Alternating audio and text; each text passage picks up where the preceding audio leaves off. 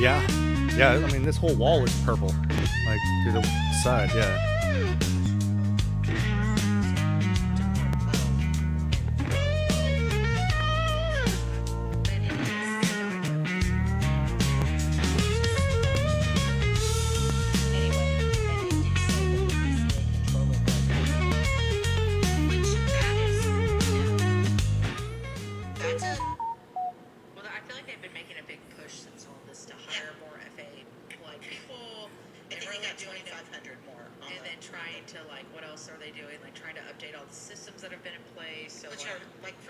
All right, counting down to it.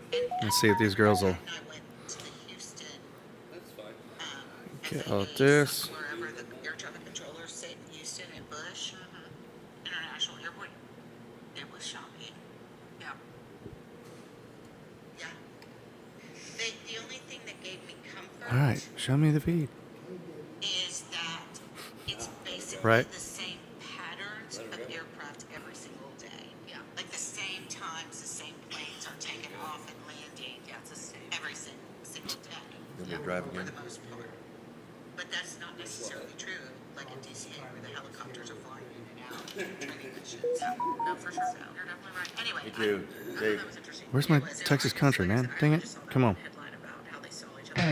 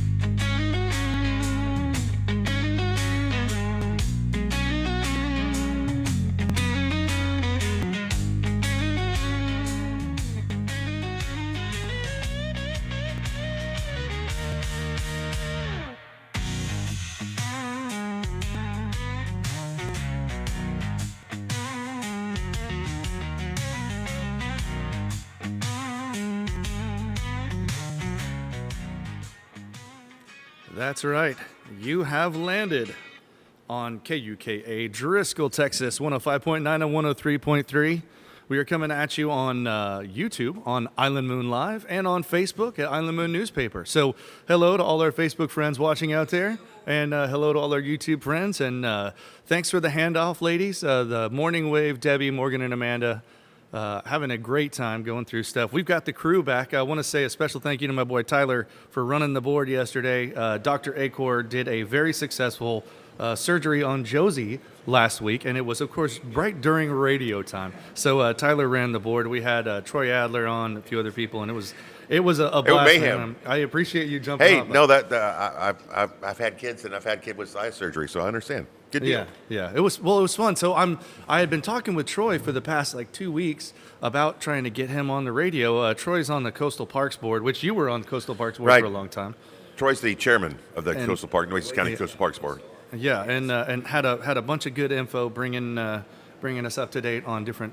I mean, up to date on everything. Yeah. Corrections. Everything. Yes. Everything. Yes. Right. And He I goes, was- we'll get to that. And I was part of the corrections. Yeah. Exactly. Yes. That's cool. Exactly. Well, Well, and we- because we didn't get to it. We're just like squirrel cage here. Yeah. Sometimes on the Island Moon Radio. Sometimes But, we yeah. have everybody show up. Sometimes it's you and I and Theodore tap dancing, talking about the good old days. Tap dance into the fence post. And Fedor. speaking of, Ted Mandel is back. How's the new grandson?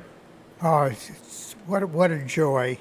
That's awesome. Yeah. You I waited 83 years and I got 2 grandkids in the same year. That's a long time. Yeah. So you're saying I still have time to wait then? That's Oh, yeah. Right. Yeah, I got to fly Frontier up to Denver and back. It is a pleasure going nonstop. Although not a lot of people on the airplane, so come on, Corpus Christi, got Need to fill that thing up. Service. Yeah. Yeah, well, you were talking with us yesterday when we were kind of doing some show prep and talking via text. I think we're going to try and get some of the guys from the airport. Yeah, we haven't On had the- the airport gang on since Kevin left, and that was back in June. Yeah. You know, Frontier's been operating almost 4 months now, so maybe we can get an update on how they're doing, what we need to do to ensure that. How about Yes. the nonstop to Monterey with bathroom service? Yeah, Is that good, coming? good question. Where is Monterey? I know Dale is looking forward to that. The Yeah. international airport with, you just have to hold it. Right? Hold it Airlines. Would you like a potty with that? I'm sorry, another $50. And a shout out to Greg Smith, who is on our flight coming back, so he's supporting the service as well. Oh, well, That's good awesome. for him. Nice. Yeah, well, speaking of Greg, Dale and I were talking about Greg Smith yesterday. Got some details on the huge hole that is over on the north end, the south end of the north side of the causeway. Or it would be the south side of the north end of the causeway. What are It's you over talking there. about? Over there on the left. Yes, As you're going OTB, OTB on the left from the island. It's on the left, and it's a big circle. Yes, And we if were always you're- wondering what that was, and Ernie told us. Yes, if you're a Oh, yeah, fisherman, yeah, if you're a right, fisherman, yeah. you look over and see that, and you're like, ooh, I bet there's fish in there. Right, and Ernie confirmed the story that we'd heard before. It was an oil and gas well that just went up and then went down. And they never recovered it. Couple And of bodies down there, and too. it blew up. It blew up all the way. It blew up the shoreline all the way to down Laguna Shores, down to the Bluff Landing. He said it had a pocket and just went. Boom. Yes, Gone. and it took Yeah. it took a bunch of shoreline out. So that's where a lot of stuff came back in the day. And I always say that. And I saw a bear. Yeah, and that's Jeez. So anyway, this Real morning, low. that we actually do have agenda, folks. Believe it or not, we're going to have Sergio Gonzalez on from City Parks and Recs, who just walked in the door. Jonathan Atwood, manager of the downtown marina. We're going to talk about the mobility plan, the seawall, paper streets, ISAC on Tuesday. And what I really want to know is what have you guys been using as ice scrapers to get the frost off your windshield the past weekend? I've used an actual ice scraper, and I actually used a pack of hooks. Number 2 the other circle day. hooks. I saw Number that. two circle yes. hooks. That's So that's why you leave them on the dashboard of your truck because you never know when the ice is going to hit, and you never know when it's time to pompano fish. that's right, absolutely. So we've got a lot of things coming up on today's show, and thanks for joining us. Speaking of Sergio Gonzalez, Assistant Director of City Parks and Recs. Yes, morning. Good morning. How's everybody? good. Nice to see you. Doing Thanks great, for coming doing out. great. Oh, yeah. You've been pretty busy, Yes, we stay pretty busy, to say the least. Right. but we enjoy it though. It's a Yeah. lot of it's a lot for us. It's a lot of fun. Okay, so for people who don't really know what you do for parks, Yeah. What do you do? yeah, people are like, he works for parks. Does he just mow the grass, or what's the deal? Absolutely Kind of not. fill people in on what your job requirements are, like what you really do. So since I started, I can confidently say I have at least overseen every division in parks. Yeah. And I did have to see oversee the beach operations for a little while. Now I'm over park operations, permits, special events, aquatics, all the programming. All the pools. all the blah, blah, blah. pools. Yeah. the parks, the playgrounds. So it's a whole variety of things that Parks is in charge. Warming centers, overnight warming shelters. Oh, what? So- You're in charge of that Yeah, too. yes, That's sir. what Sergio was doing this past weekend, and that's what he's going to do again this weekend. Is actually go to the warming centers and make sure that they have everything there. I mean, Parks and Recs, warming centers. You wouldn't put it You together, also but do yeah. special events like Beach to Bay, and you're involved with everything that you wouldn't think that Parks and Rec would be involved with. Barefoot Mardi Gras, and we'll get to that in a little bit. But yeah. Every event that happens in Corpus, Parks and Recreation we're the owners of that permit. So after that, we work with PD, fire, public works, traffic, engineering, to make sure everything's running smooth. And we're the owners of that, so we coordinate all the meetings. And after that, we just let everybody do their thing. Perfect. Yes, all the things that you didn't think Park and Recs did, they actually do. Yeah. No, it's awesome. And we are also joined here by Jonathan Atwood, who is I don't know what your title is these days, but theoretically it is manager of the downtown marina, but I have a feeling you're doing a lot more than that as well. Yes, sir. Yeah, you got to get right on that. Yeah. All right, thank you. Perfect, yes. Yeah, I am the interim assistant director of Parks and Recreation, so that's my Okay. semi-official title right now, as well as marina manager. So Right. And Jonathan was absolutely grilled the other day at council. We are not, okay, things that we don't talk about is water and city council, but he got grilled the other day at council on repaving and doing a bunch of improvements down there at the marina. Good grief. So what all improvements are going on the marina right now? What's What aren't going? What is going on? yeah? Well, I mean, I saw that. Well, given our environment down here, everything is corrosive and probably needs constant management as far as that goes. But what's the overall vibe? Like I remember the heyday, what I would call the heyday of Corpus Christi Marina. You know what I mean? And it's kind of changed a lot. Like it's just a different vibe now, right? And are y'all trying to get back to that? Or are you just trying to manage what you've got going on down there? What's the situation? I mean, I think it's a little bit of both. Right, it's all the above, and it's in a corrosive environment. The gravy thing is the last 4th of July I actually went down to the fireworks show. Won't say who's Yeah. sponsors that, but the facilities are really nice down there, and it used to be when you came into town, all the shrimpers were there. That was a stop. You know what I mean? That was a destination to go down and see what all the shrimpers were bringing in and all that. And there's just been so much construction down there, but it is coming back to its own downtown. But anyway, yes. So marinas, right? So are you in charge of these marinas out here as well, or just? Not these along Packery Channel, so primarily Okay. just the downtown. Now that's just Corpus Christi Marina. Sergio. Yeah. Yeah. Gotcha. Well, and the only water we can talk about is the water just outside of the window right here. That- in the there Upper is Laguna no Madre. water, exactly. Yes, which is almost non-existent Yeah, right now. what did you say? It's a negative nuisance tide. Yes. So it's super low. Yeah, Yes. yeah. Well, and it's been super low for a while. So I'm kind of curious to see as to when that'll come back. But then the super low tides revealed a bunch of different structures. We kind of mentioned one earlier. We'll get to the rest here after a little bit. But guys, talking about Parks and Rec.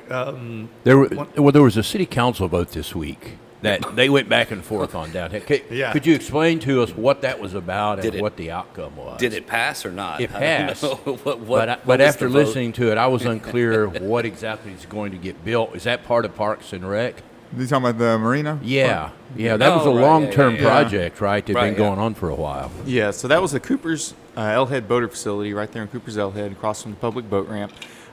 We've been working on the design for this facility for a couple of years now.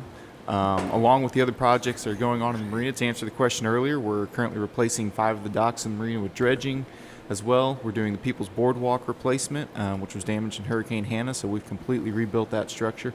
And then, so we're moving on to the facility side, shore side, which was the Cooper's Boater Facility.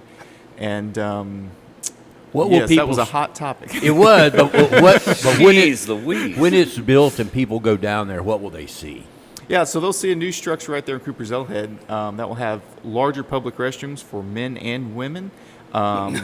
It'll be elevated in the air, and FEMA. Oh, yeah, so the FEMA. floodplain was a big issue. Right, Anything built FEMA. down the marina now has to be elevated, And it also supports to what height? Do you know? basically the level of the seawall. 12. So, Okay, yeah. 12. So up there. And, Yes. and where exactly will it be? so right behind Jane's Seafood House, right there in Okay, Cooper's Elk. on the L-head. Okay. Yeah. Correct. And, Correct. and when will it start to come up out of the ground? Do we know? So we're looking at probably starting construction late spring. We're going to see how long it takes to get the contract paperwork pushed through now that it was approved at council, and get that contractor on site and going. So Well, it sounded like it was part of a longer term, a bigger plan. There was more than going on than just that, right? Well, Yeah. there's a lot of improvements to the L-head in that area. Talk about the master plan, the Marina Yeah. master plan. Yeah, Just so- a little bit, yeah. so 'Cause we did- we approved that at Parks and Recs, a couple of years ago, right? Yeah. yeah, so we spent a couple of years putting together a marina master plan, which is basically a schematic master plan of what the marina, and really we kind of push it on the shoreline, what that bayfront area could look like.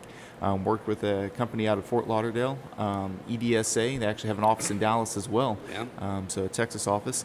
And they did a great job of putting together a schematic master plan of, I wouldn't say is a pie in the sky. We didn't want to create something that was not feasible, Right. but really take the space we have and enhance it and create something really beautiful. In So- fact, I was just speaking to someone yesterday. They got to see it, I guess, for the first time, and they were amazed by it. They're like, "No, this is amazing." Does it mean more boat slips or Not necessarily increasing boat slips, but better utilizing the space on land, whether that's for more restaurants, more activities for the public. Getting it more, I guess, more interactive with the public would be the Will the overall goal. liveaboard numbers be the same, or are you going to have more liveaboards or less liveaboards? Yeah, so we currently have 20.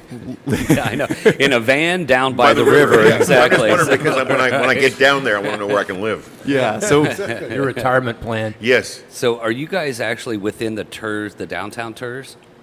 technically, yes. Okay. Yes, I know Okay. it's always kind of been a gray area, but yes, and TERS money has been used in the marina. Most recently Okay. with the 2 public boat ramps that we'll be replacing. We'll talk about the liveaboards. Are there? Educate I'm more me. interested in the Yeah, we van might- by the river. That might be all of our retirement plans. There you go. There you go. Exactly. Yeah, we currently have 20 liveaboard spaces scattered throughout the marina, and it's really dependent. You have to have a vessel that's at least 35 feet long, and have all Taking your notes? documentation, a vessel that's in good shape. With the completion of the new docks, Wait, say that again about the vessel. Yeah, It's what, like I can see people in Well, Port it has to Bluff. be- What is good shape? They're licking Yes, their I'm lips not- It has to be right side up.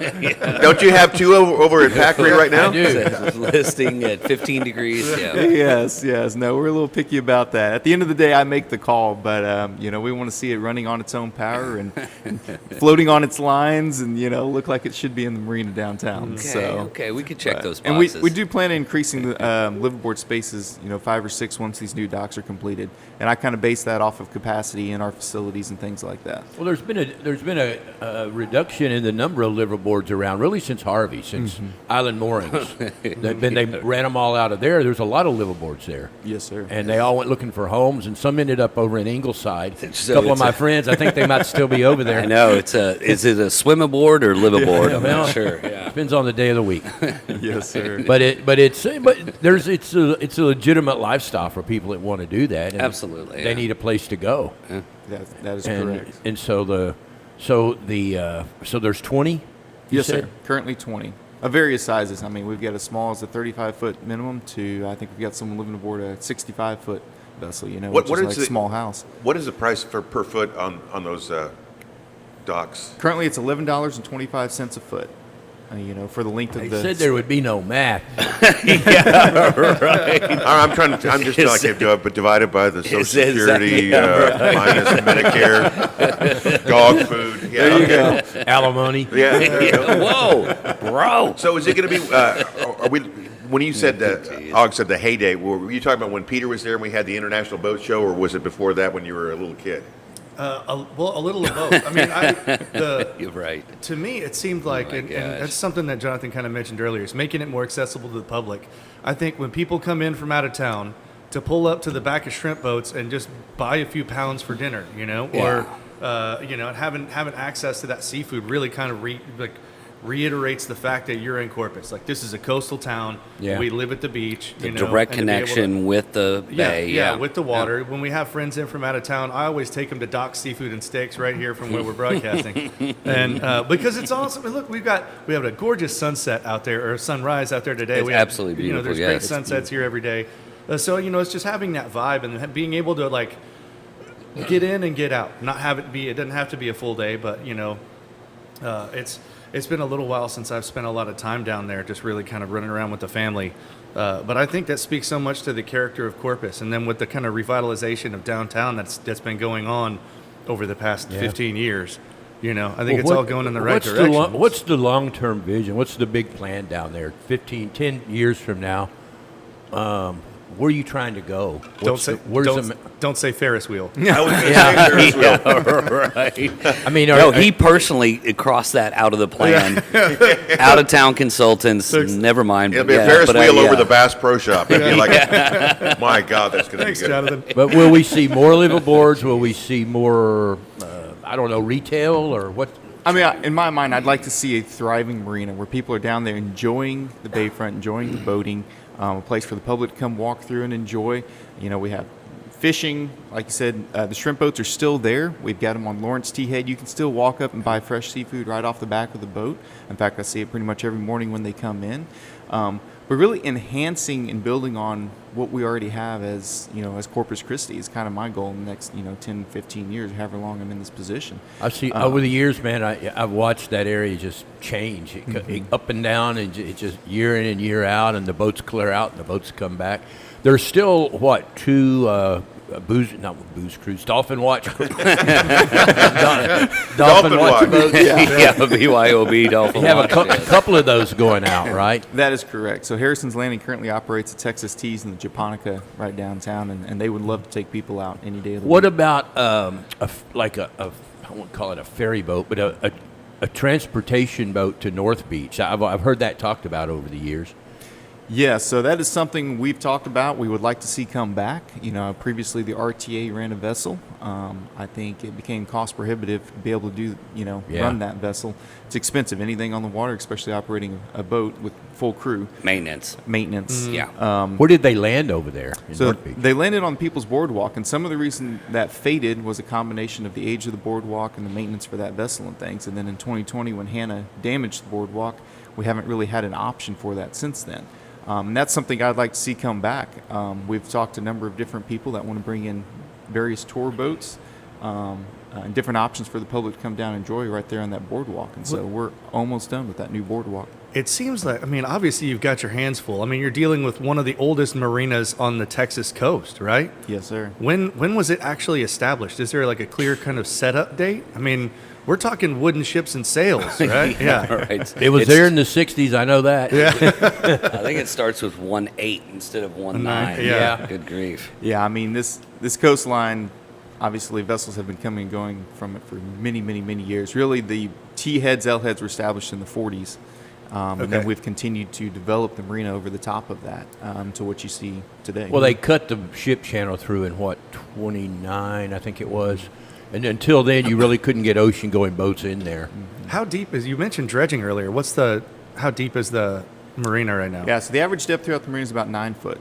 Okay, that's not as, yeah. Yeah, deep enough for most vessels that would transit the Texas coast. Could you get your yacht in there, Tyler? I could. Thank God Wait it's for high tide? it's a catamaran, so it doesn't draw much water. Oh, the Buddy Love? Yeah. Buddy Love, yeah. It's currently residing in my backyard. I've got a Winnebago on a barge I want to park down there for a while. What color does the Winnebago on a barge have to be? Yeah, exactly. What's the architectural codes down there? I don't know. Well, do you have auxiliary services for the liveaboard people? Can they get groceries down there? And Absolutely. Laundry. A You can rookie do laundry. question, Do but your laundry down there. Yeah, so you can do your laundry. We have things like that. There's a recent grocery store that opened in downtown Corpus Christi, smaller grocery store that's really helped the people that live aboard. yeah, They'll deliver. In this day and age, we have deliveries. You know? yeah, that's true. You can pretty much get Yeah. anything delivered, which has H-E-B. helped a lot for And the people. downtowns I've lived stay. in, we had a grocery desert. Yeah. and we didn't have delivery. You had to take the bus and go out and get a loaf of bread, and it was a big deal. It'd be you know? nice if you had shops and food thing right there at the L Head or T Heads or whatever, and like you get fresh oysters and come like, oh, I think I'll get some flowers or I get a loaf of bread for dinner. That'd be awesome if you had something like that. It'd be like you're shopping downtown, like you're living with Ina Garden or somebody, for the day, Yes. and just go like, oh, we're gonna go have. People in Europe, they'll go to the store every day and just buy fresh stuff. Yeah, just stop by the market on the way home. Yeah, Exactly. like you do now. Yeah, exactly. That's pretty much how it goes. Dan Harrington jumping in, joining us. Right. So one of the things, we had a really good meeting, little segue. We had a really good meeting. Sergio and I and Robert Dodd had a really good meeting with Robert McDonald of the MPO yesterday, and he really outlined the steps and what we need to do as far as getting that 17.9 that I've been writing about in the Island Moon. Yes. You got it done. Finally, well, a lot of people got it done, and Sergio was part of that as well, as far as city council and whatnot. And what that entails is the connection. It's a pedestrian and multimodal connection in between Commodores and Whitecap, and it could extend in a little bit farther, a little bit closer this I mean, way. it's TxDOT funds. It's actually FHA funds. Robert never said that, but the gravy thing is that Sergio. I finally got into Sergio's office yesterday, and Sergio has a big map on his wall that has all of his wants and needs of connectivity and trails, and that was really telling. And we don't have that, and the Connect CC or whatnot. So anyway, Dan, Sergio's got a pretty good plan to connect, walkability and things. The Oso Bay Wetlands Preserve. Yes. So that is a great connection in between Flower Bluff and in town, but also Sergio's got plans to go bigger and beyond that. Yeah, visiting, I was a former basketball player, played here at the university when it first started. Now I just run and cycle. I like doing marathons. Speaking of Corpus, one of our backdrop, really we can compete with any big city now with our Boston qualifier here. So speaking of water, marina, I mean, I think we're going to get up to 3,000 to 5,000 people here in the next couple of years running. That's from out of town. Wow. And then speaking of trails, some of the places I've ran, there's a lot of connectivity where, a lot of opportunity that we have. And I don't like to use the word opportunity. We're doers at this table, so we're looking at it. And I'm a vision person, so I have to see it and then draw it out. And knowing some of that area, like I said yesterday in the meeting, I like to get from the bluff all the way to Billwit Pool, with a bike. And there's some connections that we've Right. met with some developers already that are willing to look at with that in their land to enhance their area. And that way we can get all that, Safeway travels through a bike through that area. I like to go all the way back to the Hilliard Center, but 358 is a kryptonite right now. Yeah. Right. So, we're going to see how that goes. But no, we're looking at doing some good work out there. Like we said yesterday, we're going to just take small little bites out of it and make something really happen there. And those I guess they're trestles, right? What was it originally in the? Oh, it was from the the- railroad trestle It was- and the truss bridge that went next to it. The That's Holly same Railroad. thing. Yeah. Right, exactly. I had the drone up yesterday. Got some good shots of that, and I'm sure we'll post some of those on islandmoon.com, as Right. well as in the paper and on our Facebook, which we're all watching on live. Yay! Yay! Hi, Mom. Yes. But so you mentioned this, awesome, extremely fun city council meeting No. that you had. No water, no But- city council. But tell us Stop about it. the $17.9 million and where that came from. Well, I know it's the MPO money, and I know it has to do a lot with public works. So we want to just be sure that happens on the island. I know I've been part of, I'm one of the city liaisons for ISAC, and so I want to be sure that comes to fruition. We do have some time for that now, that what we learned with Robert McDonald. So we're gonna, push that forward as well too. We need to get going on the planning on that for Yeah. sure. Yeah. So in the Island Moon that comes out, issue 1137, hitting the newsstands today and publishing online as well later. We've got 3 different maps on there between pedestrian infrastructure, roadway infrastructure, and then golf cart infrastructure, accessible paths, Right. and things that are going on. That's kind of a big deal. You know, the island is turning more and more into a golf cart community. Well, and multimodal, and you know that you're over the target when you see on Nextdoor that you're getting a lot of complaints about the e-bikes. Oh yes, the These, roving these gangs, kids on their e-bikes. e-bikes. roving gangs of e-bikes. Yeah, Well, it was before it was them jumping off Gypsy Bridge. the yeah. Gypsy Bridge onto boats. It's like, that's dangerous. I only got in trouble doing that once. Yeah. No comment. Yes, that's not recommended. So how close, Sergio, are we? We always call it watercolor engineering. You know, the artist rendering, like, oh, look at this. This is going to be Bob Paul Pierce. It's got 15 spikes on it. And, and they're like, no, that's not what's going to be the plan. So are you getting close to what you foresee happening, like with all your trails? So on the trail side, I could say that is something that we can probably move on the design pretty quick. You know, and then working on the funding side is where we work with the MPO and look at some matching funds that we can get. You know, we really want to get some stuff designed and put into play. Right. And then the planning side, like Jay mentioned, you know, but The Holly Bridge, how long is that out? How far are we out on that? Well, That's your company. Nope, not me. But you know, we obviously want it to come to fruition. But they're at 60% design. Yeah. You know, it's not like Muddle and Puddle that was at 65% design in July, and then by December it was at 60%. Magically. And it was Yeah. 55% in 2015. Yes, exactly. And they're still 100% full. yeah, Muddle. we Yeah, keep on getting exactly. surveys that people need to get. Oh, yeah, so, let's do you know, another we survey, just Sergio. we Yeah. just got 2 more emails yesterday. Right. Like, oh, another survey? Okay. Did but you- it was a survey for the project, not. Do you have know, funds the for community. exorcism on the Holly Bridge? Because No, we're gonna have to. there's a ghost called Ruth. You know, we can get creative. No, that project's story. out of Sergio's hands, but he is moving forward with some good projects for sure. That's hilarious. So, Jonathan, it's 7:30. While we have you guys here for a few more minutes, any other kind of fun stuff or upcoming projects you guys are really looking forward to? You want to inform the public about? So council on Tuesday also got approval for a Oh. boating access grant for the Packer Channel boat ramp. Absolutely. Yay! Jonathan.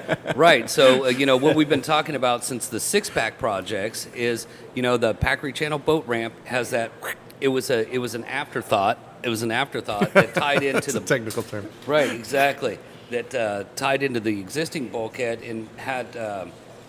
Oh God! Don't worry about my glasses. No.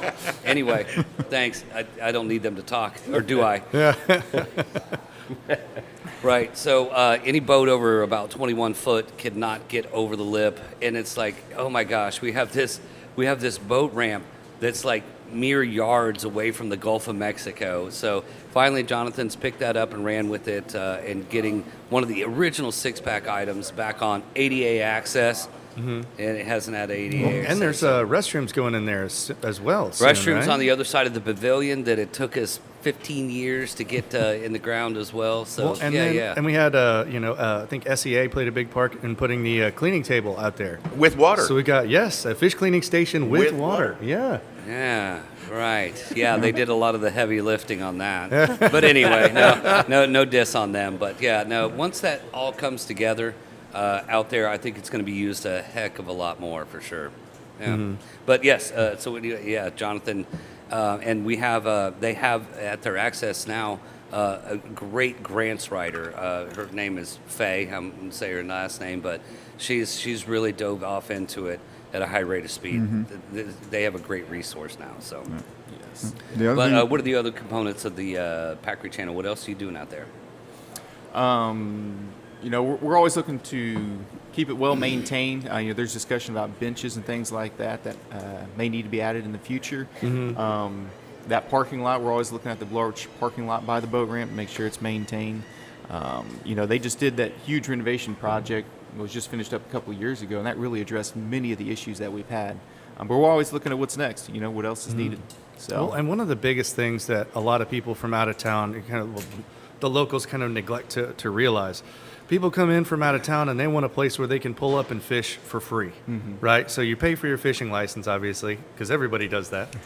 And but to have access to a free place to just back the truck up and throw out a couple lines, and Packery is a great place for that, especially coming up on the Sheep's Head run.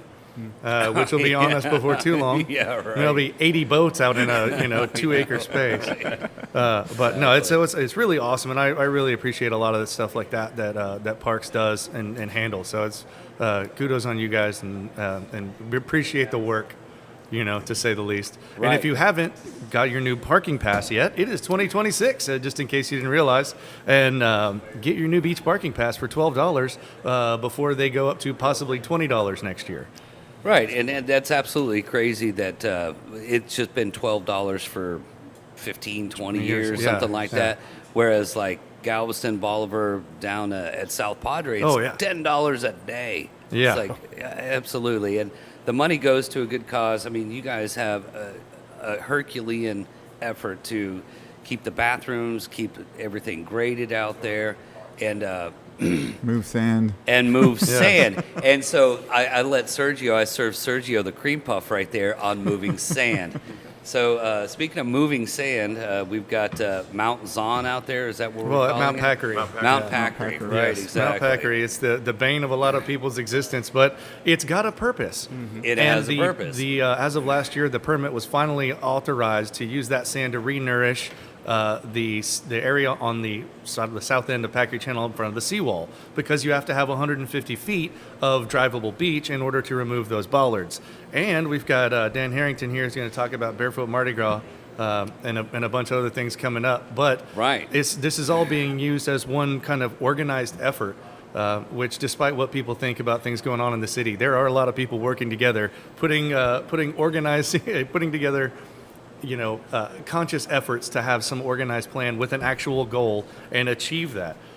We've got Barefoot coming up on February 28th. That Saturday. It's also the same day as the Billy Sandifer Has the Big Shell Beach Cleanup. and Tyler and I will be leading a section somewhere around the 25, 26, or are you going to ditch me?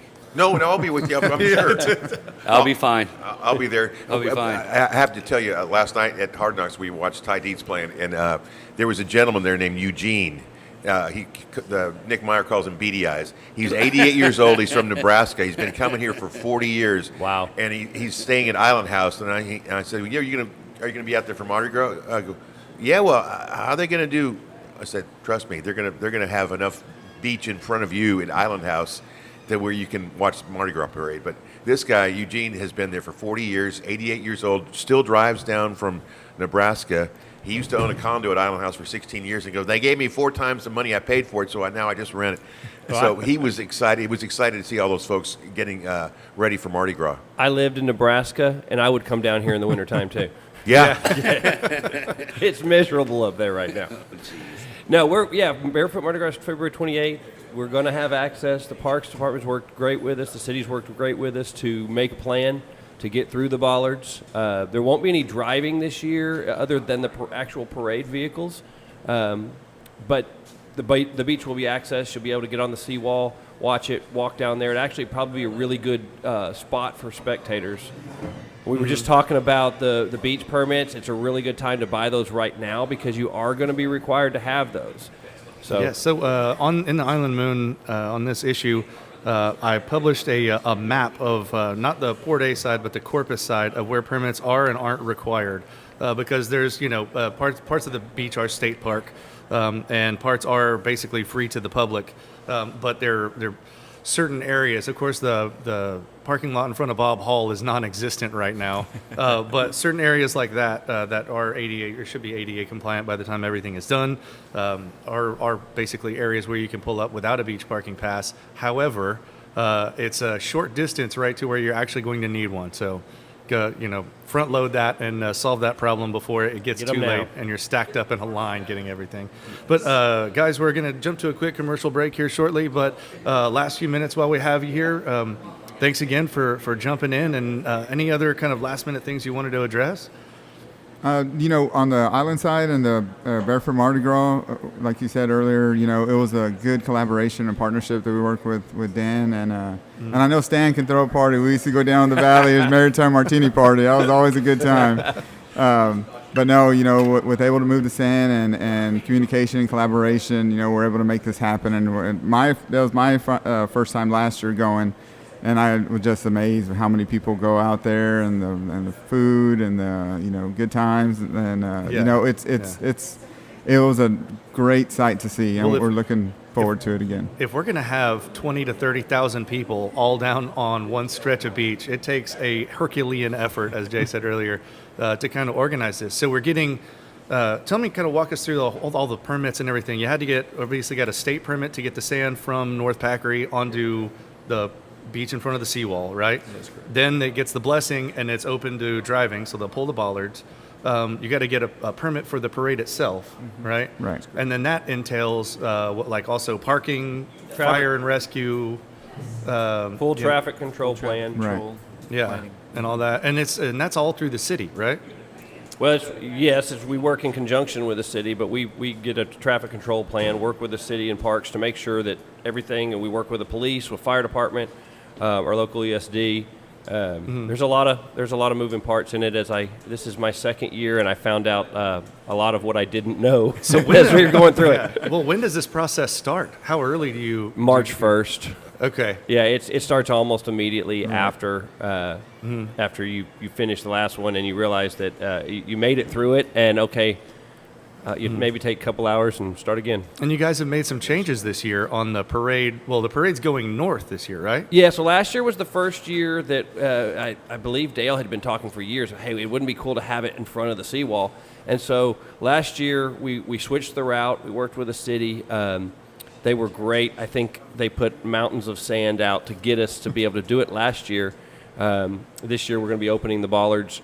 But we did that last year. This year we're extending the route. What we found is we originally we always would go to Padre Bali Park entrance, and people were parked there. We actually bumped it up to, I think, access 5, the access right before that, and people were already parked there. I thought, well, we made a mistake. We should have just started it where we ended it. So this year it'll go all the way from Padre Bali Park entrance, going north all the way to access 3A, and that will be the footprint of it moving forward. You can't really, I guess we could go all the way down to Pins, but the Boy Scouts aren't going to protest. They'll be tired walking 6 miles.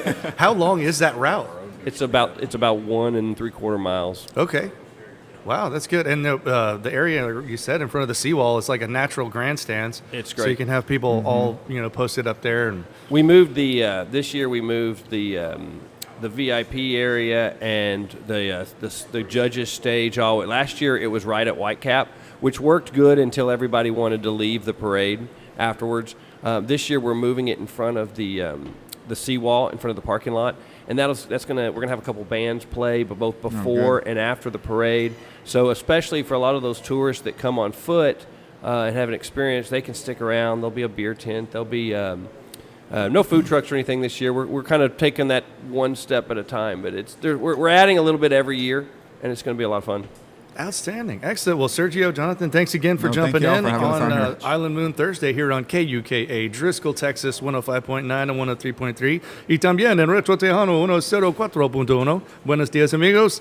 I am Jacob Oggs. We got Tyler Thorson, Sergio, Jonathan, Bob, Dan. There's Jay, Ted, Dale. We've got the entire crew here. So thanks for joining us on the radio and also joining us on Island Moon Live on Facebook and on YouTube. We're going to take a quick commercial break, and we will be right back with you. Hicks Automotive Group in Corpus Christi has been your trusted family-owned dealership, offering the finest in Mercedes-Benz, Nissan, Subaru, Our mics are still and hot. Infiniti vehicles. Commitment to our customers extends beyond offering superior quality luxury automobiles and service. Hicks Automotive Group proudly supports our community through contributions to the Coastal Bend Food Bank, Texas A&M University Corpus Christi, and Automotive Group 3102 SPID, and experience the excellence. Thank you. For over 60 years. Hicks Automotive Group Yeah, I think since the date's going to work out, even though we've had some complaints on it, based on it's not Mardi Gras. I'm like, well, There's an ocean now, or we gotta work with that too. See you, Jonathan. We're not having any food trucks at all. We're not having any food trucks at all. Okay, because I had one of them ask me, and I didn't know if you're gonna have one in somewhere. They pull a separate permit. Yeah. Yeah, but is the city gonna give out permits during our event? I think. No, I think they're not. I think they're supposedly not. Community-based, site-based, workplace, or faith-based mentoring. Oh yeah, yeah. Make a difference. Right now, they especially need men willing to step up. Yeah, but did anybody know they were there to go there? Flexible. I didn't even know they were there. Shows that just 1 hour a month can change. Yeah, that's true. We should just allow like. Or call 361. I mean, they take up a parking spot. But, yeah. BigMentor.org. Everyone's asking, is college worth it? At Del Mar College, it is. We're ranked top 10% nationally for upward mobility. Because when you earn more, it changes From what's one possible to after. for your Yeah. life. Well, like before while the judges are figuring out their stuff. Training that leads to the career you actually want. You better get ready to get this back on the air. We're going to stay there. Yeah, let's go. I'll turn it up. You can just run with it. Info.delmar.edu. Retro Tejano 104.1 and Retro Country 105.9 and 103.3. We should ask you that again on the air, some of that. Worldwide on our app and Retro Radio CC. It's the Power Hour with Larry Elizondo, the Godfather, who makes street sense meet common sense. Now, from Doc's Seafood and Steaks, it's Island Moon Thursdays. All right, we are back on Island Moon Thursdays. Let's make sure we've got all of the mics up and people are on. I can't hear you. Debbie Noble joining us. Let me get this sorted. Okay. There we go. All right. All right, there we go. Debbie, how's it going? Everything's awesome. We're like Barefoot Mardi Gras all day, all the time. All the time. I was just asking Dan during the break because he mentioned that we're not going to have any food trucks this year. We were hoping to maybe work that in next year because I do the social media for Barefoot Mardi Gras and I get lots of questions through there. So I have to go to these guys and make sure I know what I'm talking about. So no food trucks this time. There we go. We still envision a full festival in Right. conjunction. And we had talked with the city. The city was not opposed to it on doing a festival on essentially North Pack there at the end of beyond Access 3A. Okay. What we found was that my vision was greater than my ability to pull off. Your eyes were bigger than yours. Yes. So we're growing in stages versus trying a grand plan all at once. Right, but you did say we were going to have some music. When is that going to happen, and who is it going to be? So we'll announce probably next week who we're going to be. We've got one band that's going to play after the parade. So that'll start once the parade goes beyond the judges station. My suspicion is about 1, so they'll play about 1 to 4. And then we'll so have. Are they going to? Is that where we're going to do the judging and the awards? That will be the judging right there in front of the parking lot. Because we had a DJ last year, did we not? We had some kind of. It I had was pictures of people dancing. It was impromptu, so I put some music on, and then that was DJ and then Dan someone with his phone. Well, someone came up and said your music is awful, and this person is better, and then she started DJing, and she was great. Oh no, because I was looking at the photos the other day and I have people all boogieing down there. So then we said, okay, there's an opportunity here. So right. We're actually getting we'll have some New Orleans style music prior to the parade. Okay. Mixed in a little Zydeco, but it's going to basically be Mardi Gras style music prior to the parade, leading up to, and then about 11:15 they'll stop. The judges will come on the stage, and after the parade goes by, we'll have another band play. So it'll be a great place to continue hanging out and having a great time. But remember, Dale said, "Be careful what you give up for Lent, because this is." Yeah, because we're not actually on Mardi Gras. You're not getting. I mean, you got to think ahead. You got to think ahead. Don't give up the beach. Don't give up sand. So, don't give it. as far as the planning for Barefoot Mardi Gras and selecting the date, I mean, do you try and find the lowest tides and just go with that, or who makes that official selection? This is the first year that you guys have done that. This is the first year, and that's probably I'll take the heat on that one because I was adamant that because of the bollard situation, we really had to pick a date with the lowest possible tide, the best possible outlook to get the parade through. If you're on the beach after the parade, generally, if you're on the water side, you're moving your tent moving at some quickly, point. And so we picked the lowest possible tide, 9-10 months in advance that we could, being closest to Mardi Gras. The other thing we factored in is the Valentine's Day is right there, and I believe Yeah, it should have been on Valentine's Day. And I thought which is that would have been troublesome. That's a heavy day. Yeah. So we picked this date. Hopefully, it will be back in the Mardi Gras full season next year, but we didn't want the parade to float away. So Now, Bob, how many years have you been lining up all of the floats? It's been a long time. Yeah, probably, 12, 13 years. That's something a lot like of that. directing Long traffic. time. That's So a lot of. yeah. That's a lot of parade lineup. If you're in the parade, that's the guy that you have to check in with when you get Yeah, there. John Vaughn and I, and John and you, and You had Nicole helping a couple years, when she wasn't the queen. Are you still doing the paper plate? Absolutely. And let me tell you, best practice. those are handmade paper plates. That's a best every practice. night before the parade. And they don't have the handy, wicker backing. They're just Oh, no. regular Yeah. plates. They are. No, they're we tradition. we compensate by we get the extra strength plates. Okay.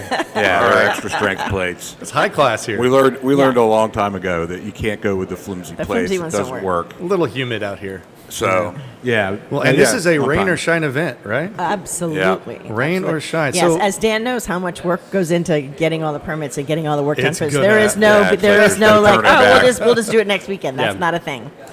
No, it's every year. I have to write. I have to write on all the social media. I have to write rain or shine on everything. Because Yeah. people that day, there was one year where people were messaging the account all morning long and saying, "You're going to cancel. You're going to cancel."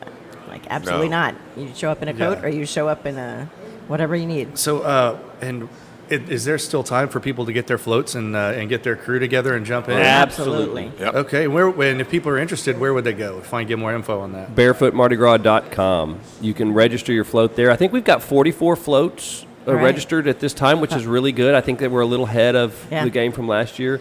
The website is great, so you can go there and register your float. You can read all the details about like the parade route and what the rules are, and when there's a crew meeting, the mandatory crew meeting, which is Wednesday, January 25th. it's the Wednesday It's the before Wednesday parade. before. Yeah, it's Wednesday the 25th. Yeah, where you get to listen to Bob give a PowerPoint presentation about safety and whatnot. Yeah, so it's like a regatta. We did that. We started that about 10 years ago. It really helps out. So it's like a regatta. Before a regatta, you have what's called a skipper's meeting. So everybody understands the rules and is clear on how things are supposed to go down. And so we started doing that, and it really helped out with the alignment and making sure everybody understood when we were going to start moving from the staging area to the kickoff line and So what and time be do ready you to want? go. What time do you want people to show up for if you're on a float, and where do they need to stage? Yeah, so we usually start staging about 8:30, 9 o'clock in the morning, and we're going to be staging in the Briscoe King Pavilion parking lot. Okay. Yeah, because there was some confusion in that years ago, and there were just floats driving around the island trying to figure out where to go. It was the end of Whitecap, and it curved around by the Yeah. apartments over there. Yeah, it was just Yeah, for a Well, long there was time. one year. Was it AEP had all their equipment in the? In that corner. In Yeah, that- Yeah, for that a long- made it a little difficult. Yeah, for a long time we used, I guess it's like the Windward extension, and that was great. And then AEP had their equipment there Yeah. one year, so that we had to call an audible a little bit, and that put us on the other side of Whitecap, and Yeah. that was fun. I was there. That was. And then last year we used the Briscoe King Pavilion parking lot, and that worked out really well. So we're going to use that again. You direct traffic, but I mean, how early do people show up? And this is kind of a loaded question because I know, but You mean? Yeah, I really don't spectators? want to. Spectators. the spectators. They're starting to show line up. up now. Oh, they Yeah. they line up. They line up at the crack of dawn. And there's no camping on that beach, people. Just so you Oh, know. yeah, so if no. you show up with Right. your RV, you will get run off. There's no camping. And you got to park face in and out. You gotta so park- so you got to park face in. So you either face in the water or you're facing the parade. Yeah, Don't park we've had a sideways. little trouble with that in years past. For the Not so most much part, the last few. everybody has been really good and compliant. We drove up Yeah. and down the beach just saying, "Hey, if you would move your vehicle." I especially So we love want the- everybody to be able to see it. And Yeah, we want to fit in those. But I especially love the Jeeps that all park like on Oh, top yeah. of each other. Yeah, They don't take up that much space. They're great. Yeah, They're we went- stackable. Yeah. Stackable We went through a Jeeps. transition time where Yeah. We went from small and medium-sized crowds to like the kind of the block, what we would call the blockbuster crowds, where you're really just jamming the beach. And in those in-between years, you had people that had gotten used to going there and parking sort of sideways with campers and having huge parties. parties and all that stuff. And it's Parallel like, with the shore. Yeah, parallel with the shore. And it's like, we just have too many people. Yeah. And you cannot take up that much space. So, But it was great, though, because you had everybody's chairs were out there, and you was like, oh, okay. yeah. So they've everybody's adapted. Everybody does a great job. All of the participants, all of the viewers that come to watch, do a great job. It's Oh, they are half the party. I It's, know because I walk up and down the it's whole a, thing. The people on the good sidelines, crowd. some of them decorate their cars and their golf carts. They decorate yeah. them. They're wearing costumes. They've got puppies in costumes. They've got all kinds of crawfish stuff. They give boils. me shots. They give me breakfast tacos. I love Yeah. the crowd. Well, and one of the things I thought was so impressive after Barefoot last year, drove down the beach just to kind of check it, Yeah. and there was zero trash. Yeah, Everybody right. did such a great job. I do the of- same too, and every year it's, Yeah. it's It great. amazes Everybody me. does a great job cleaning up after themselves. There's Now, do the Boy there's really Scouts no still do trash. that? Is it the Boy Scouts that still do a lap of that? They still do a lap of that, and we Now- actually had another. The Grinches. We had the Grinches last year Who are with the the trash Grinches? service. They were trash service. They were actually trash they were service. our locomotive, or they were our caboose. Yeah. And they were offering to take up beads, trash. They had- and they they said were- they didn't even get that much because people were just taking care of it. That's Yeah, what was- yeah. Well, was there great. there are two things that kind of that worry me about this. One, probably because I love it so much. I think Barefoot is such an amazing event, and it's something that we have here that it's unlike anything else in Texas, especially on the coast. And I don't want it. I don't want it to get too big for its britches. I mean, think of like Bayfest or Yeah. like sea sculptures back in the day. Those events got so big it was just unpoliceable. But I think even with the massive growth of Barefoot, you guys have done such a great job of keeping everybody organized. And I think it's got such a different vibe to it, and everybody in the community is so behind this that they're kind of policing themselves in a lot of ways. We still want to see it on the cover of Texas Monthly. That's That's the right. goal. If you're listening That's out the there, goal. So- that's our goal. That's our goal. That's We the were in KPI. Texas Monthly All right, once. the We had cover we had shot. an insert, a Yeah, flyer we're in getting there there. once. I mean, we that- were close, but we want to be on the cover. But I think because of its, we're locked as far as this is as big as the parade will grow lengthwise. Yeah. What we are going to see is a lot of our different events. So last year we created Barefoot Mardi Gras Season, which Yeah. started Yes. from the Fat Friday party, which is tomorrow night right Yeah. here at Docks Waterline. Right, until the parade. And all the way to the parade. This year, we had a pretty good buy-in last year. This year we've got so far Tons. over 20 businesses that are going to have different events Yeah. related to Mardi Gras on the island. Yeah. So we've got a savings pass. So like on Saturday, Hometown Seafood is the Saturday after the Fat Friday party. In case you wake up and you want to go out to brunch, they're having a huge brunch thing there, Mardi Gras theme. Evoke, the art gallery, is on the island. The art studio on the island is doing a whole masquerade where the kids from Seashore have decorated masks. So starting on, I think that's like the 17th until the parade, they're gonna all be on display there, and you can just go there any day and see those. Yeah. Cabana Pantry, she does cooking classes like every day for the week right before the parade. Well, and all you kinds said of fun things. Kaylee Glover, who did the art this Ah. year, was signing her stuff yesterday. Yes, at- I got to watch her. She has to have the white gloves on and a And special if you haven't pen seen and it, it looks oh, great. it's She stunning. did a phenomenal job this Yeah, year. you could go see the original at Evoke. It's hanging out there. And then I think we're starting to sell at Fat Friday. We're starting to sell the T-shirts and merch, right? Absolutely. And then after that, they'll be available at Evoke and I don't There'll know be what other places. There's about 4 or 5 places. Places, yeah. You can see that on barefootmardigras.com. Yeah, We've or got on the the- savings pass that's actually going to Yes. roll out. And so all of those things that Debbie's talking about, if you're like, hey, I can't remember where do I find those Yeah. deals, go to the barefootmardigras.com, check Yep. out the savings pass. It rolls out tomorrow. We've got over 20 businesses Yeah. participating. And some of them are just discounts too, where you can get a discount or extra Discounts, thing or, events. Yeah. We hope to continue to build that so that the island really gets really all in on it, and so it's Yeah. not necessarily just a one-off parade, but Right. it's something that we've got a lot of off-season. We want to bring our off-season folks and fill up our bed and breakfasts and Yeah, our, give and them our fun things hotels to and do, our yeah. So what time are we going to announce the king and queen? Because I tried to shake it out of John last night and he wouldn't do it. That's tomorrow night. They don't tell me. I'm just the photographer. They don't tell me these things. I'm the chair, and I have no idea. I know. It's the previous kings and queens that all decide. It's not any of us. Oh, okay. So we don't have anything to do with it. The previous kings and queens, and that group gets bigger every year. They all meet, and whoever can get together, they all get together, and they pick the ones for the next year. So I'm always shocked. I don't know where to. What's going on tomorrow night that folks who are just like over the bridge and they want to come out? What can they do? Well, unfortunately, it's sold out. So. Unfortunately, they do nothing like it. Yeah. But they can start thinking about buying their tickets for next year. So it's the Fat Friday kickoff party. It kicks off our Mardi Gras season. We call it the Locals Party. And so it's going to be right here at the Waterline. Yeah, right downstairs. We've got a great band playing. Don't ask me the name. Dreaming in Color. That's it. Yeah, Deborah Scott Brown, great friend of the show. No, those guys are amazing. They're going to do a great job. So we'll announce the kings and queens. We have the big second line. There's a costume contest. There's costume contest is always I have a always great hilarious. I have a great new costume that I'm ready to break out for tomorrow. So looking forward to that. Doc's always gives us great food.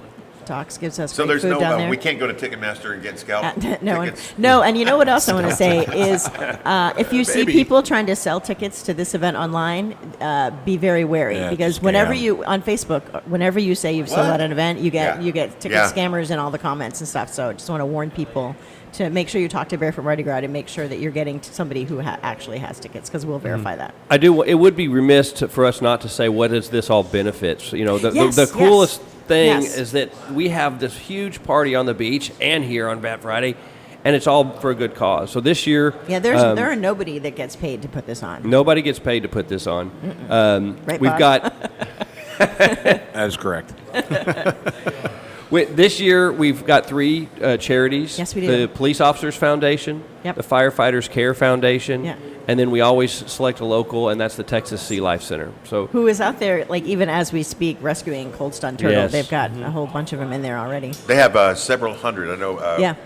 Jay predicted last week. They said Philip was doing the modeling on that, the AI stuff, and he said really? it's going to be in the hundreds, not the thousands. And and folks have been really good about picking those up. And and Cito. I don't have the number to call, but there is one. You can look at the Texas Sea Life Center website or social media, and they'll tell you there's a number to call. 5. Because some of them go to the Ark in Port A, some of them go here to the Sea Life Center, and some of them go to the aquarium is also. I don't know that the Pins used to be really involved in it, but apparently that's a whole nother story right there. Oh, yeah. Well, and we had last year, we had guys from Cito pitching in, driving around recovering a bunch of the turtles and things. Yeah. And one of the things that gets me, I know it's the Cold Stun turtles are that's bad. That once the water's below 50 for a certain amount of time, that's when they start it really gets them. But the other thing is when we get those nasty freezing temperatures, the trout and everything goes down to the bottom and basically almost become immobile. They're just kind of sitting there, and then barge traffic going up and down the ICW will churn up and literally choke out fish. So we'll end up with fish kills. That wasn't the case this year, and I don't think hopefully, knock on wood, we're not going to be in a part where we end up having a fish kill of any, what year was it we had? That Was it 21? That was Uri. It was Uri, yeah. I think it was, that was out here. That was just insane. Well, and we've had. I never lost power. I think there were select power outages, but it wasn't that bad. No, but we were good. Tell that to the fish. Yeah. I was sitting happy and pretty until Jay came over like, I was good, and then the power went out. And then it got to be 52 in my house. I thought, it might be time to leave. So a couple more just get logs more fleece, a few more blankets. So the other things that are on the website for people who want to help out is you can sign up to volunteer. So if anybody wants to help out, we need volunteers. We need parade marshals. We need volunteers. We want to make sure that everybody is safe and has a great experience. And for that, we need people all up and down the parade route, making sure that kids don't run out in front of. And they do. And they do because because remember, was it one year, Bob, that Dale was in a tank? Yeah. Well, it was more like an urban assault vehicle, but And I think we looked at think that. there was and a it surfboard looked really involved. cool in the parade, but we were all like, "Oh dear God!" Don't let Dale anybody run in threatens front of that anybody that shows up, any candidate that shows up with a golf cart and a nameplate gets paintballed. Yeah. You have gotta to dress up the decorate, cart. people. Decorate. Don't just put your name on there. Really, let's. And we are really going to reiterate that this year. You must decorate. Yeah, get creative with it. Have fun with it. That's what it's about. Is It the doesn't hemp have parka- to be a Mardi Gras theme. It can be any theme you want. but Yeah. it can't just be It can't your just be your logo name. and. There were a couple of, you know how there's always so many judges running for office, and most of us don't know which one is which or which office is which. There are a couple of the women judges who had a great float. I think it was Susan Barclay a couple of years ago had Lady Liberty on the back of her. It That's was right. It was a I remember beautiful that. one. Yeah, And you get the hemp guy that drives it, and then one time we had, I guess, the lady that had the crocheted car. Oh, Yeah, Candace that's awesome. Tidmore. Those were beautiful. That was awesome. impressive. That's time She was commitment right there. She was Yeah. a couple of years. It's like a cozy only for your car. Yeah, that was Yeah. amazing. You need Bob, a- what's you- your advice to people who are being in the parade? They're the ones listening. Well, I mean, in terms of decorations, Decorations well, or safety? one, decorate. Well, yeah, if you're going to be in the parade, my biggest piece of advice is come to the skippers meeting. Yeah, So that's a good on the point. 25th, Wednesday the 25th. So keep an eye out on all the Barefoot Mardi Gras parade material, and you have to come to that meeting to be Bob runs a tight in the ship. parade. Oh yeah, he does. And, Which is good. And so that's where you get all the He's advice. Coast Guard. Yeah. So, Hey, but, organization is safety. but It is true. you know, be safe. Keep your head on the swivel. Looking out for little kids and stuff. We'll give you tips on how to throw your beads and other candy and things like that. Like, you know, don't throw Way into out. Throw Yeah. way out. Throw away from hard you. and don't throw into the wind. That kind of stuff. Don't encourage and, people to come up and give you a high five when you're Yeah, driving the sometimes vehicle. Yeah, don't hand things out. But really, the biggest thing though is Unless you're on come foot. to the meeting. We'll teach you all the stuff. We'll show you. We'll point out all the rookie mistakes. But for everybody, whether you're in the parade or attending the parade, it's just to be chill. Right, that's the whole thing. Stay It's like behind we're those all orange here- flags. We're all here to have a good time. Follow the instructions of folks that are asking you to please move behind the flags or the cones or to get out of the way or whatever. But we all want to have a really good time, and we all want to have a good time doing it, right? We don't Yeah. want Right. We don't want to have to yell at people. We don't want Yeah. to. We don't want to. And the best part is, you know, being Upset out there in anyone. the crowd or getting on one of the floats and then giving away a bunch of these awesome, you know, promotional items. You can throw koozies, people Yeah. throw candy and beads. Nice segue. And if you're T-shirts. looking to get any Yeah. any kind of promotional stuff, you need to go talk to Ted at Impact Marketing. He There you is go. Corpus Christi's premier promotional products purveyor. They are down at 423 Shatzel Street downtown. If you want to call them, it's just 887-9300, or you can go to impactmarketingcc.com. They've got everything from safety gear you can customize with your business logo. You can get a deck of cards with your brother-in-law's picture on them to give him as a gift. Get creative with it. He's got all kinds What of a different, gift. yeah, Very different technologies, chargers, fun kind of stuff, and things you wouldn't believe. You can kind of personalize all of it for gifts for your business, your next family reunion. He does embroidery, hats, shirts, you name it, and he's got so many things you can't even imagine. They do the Richardson trucking caps, which are the Peterbilt of trucker caps. I know they do a bunch of work with CCA and SEA. There's a chance that you have something in your closet right now that Ted has done. Reach out to the guys at Ted at Impact Marketing and your premier promotional products purveyor. Nicely done. That's fun. Nicely Excellent. done. Yeah, so My advice as the photographer of the event is people on the floats need to look up. You don't want to be looking down at your beads the whole time, and don't be on your phones, and don't be like you're Yeah. busy filming things. I don't want to take pictures of people on phones. I Well- want people who are yelling and screaming and pointing and throwing things, and like you gotta look active. Don't just sit there. As someone Don't who's look done down. it wrong before, get your beads ready to throw Oh, yeah. untangled prior to the Yeah. parade. Otherwise, you are sitting there fighting, and Debbie's got the perfect picture moment, And then you're looking untying down and you're beads. untying beads. Yep. Yep. You guys need to stop. You need to stop handing out all of the great advice these skippers are going to get at the skippers meeting. Oh, one You know? year. You're stealing my material. This was probably about 4 or 5 years ago, easily. But we were sitting there waiting on the parade to start. They had come through and laid the flags down on the route. Everybody was really filling in, and it was getting pretty packed. So periodically, you know, everybody kind of looked down the line and say, "Oh, yeah, they not starting coming yet." yet? And Yeah. everybody's looking at their watch, and people are trying to filter in at the last minute. And I see these lights going. I'm like, "Hey, maybe there's a cop car or something." You know, just the starting the beginning of the parade parade, off. yeah. I was like, "Oh, they're starting," and this guy comes hauling butt down in a golf cart with a 24-ounce open Coors Light in it with his wife and kids in the back of the golf cart, and the cops were chasing this dude. And it was like, hey, you can't do that. Yeah. Yes, just because it's a Mardi Gras parade doesn't mean that the laws don't apply, people. Right. Yeah. Yeah, if you want to come out and watch the parade, the biggest piece of advice I can give is do not wait until Yeah. 10:45, 15 minutes before it starts. Because it'll be closed. Because the beach will be closed. It will be completely full. So get out there a little bit earlier and leave yourself some time for some options, because there will be places to park and areas where it's not too long a walk. You'll be able to get to where the parade is, but that's usually a big time where people are really disappointed and get frustrated. Is that they think, hey, I got 10 minutes until the parade starts. I'm going to come in, and it's like Yeah, no, they you're show right. up and all the entrances are closed, and Yeah. I You're gonna believe have to we walk, closed it and you got to la- walk, and you're like, well, where do I park? And it's like, out there somewhere. Yeah. And So, another thing is, if you've come a little bit earlier. if you've got kids, or you're going to be running around with people who will require a restroom, we'll say have a keen eye out for the porta potties and things Good that are point. set up by the entrances. yeah. Yeah. So And we've got those will be stationed along the entire route, and every year we add to them, and every year that They're used. They're Yeah. used. So just come prepared. I believe last year the police were shutting people away at 9:00. Yeah, it's because it was usually full. somewhere between 9 and 9:30 the beach fills up, and Yeah. Yes, indeed. So we're really looking forward to that. What else is, the website has all of the information, and the social media tries to keep up. So we try to have all the information out there for people who didn't catch all of this. That's right. excellent. And you can find all that out at barefootmardigras.com. Yep. And so, Dan, while we have you here, wanted to talk to you about a small thing that you're doing right now called yes. running for city council. Yes, I didn't have enough on my plate, so I decided to jump into that.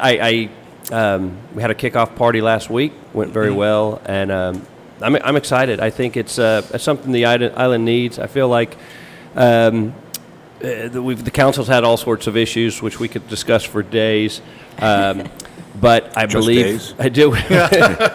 but we need leadership. We need some forward thinking, some real planning, and we've got a whole lot here on the island to look forward to. But with growth comes struggles, and you've got to plan for it. You've got to look forward and not be reactive. And so, I threw my name into that hat. Outstanding, man. Excellent. And if people want to learn more about you or find out about your campaign, where can they go? It's real easy. Dan, 4, D, 4.com. Dan4D4.com. That's clever, man. I like Awesome. that. Because you're going to need some block walkers. I'm going to need some block Especially walkers. in like Flower Bluff and the Ocean Drive part. Yes. So we could, Yeah.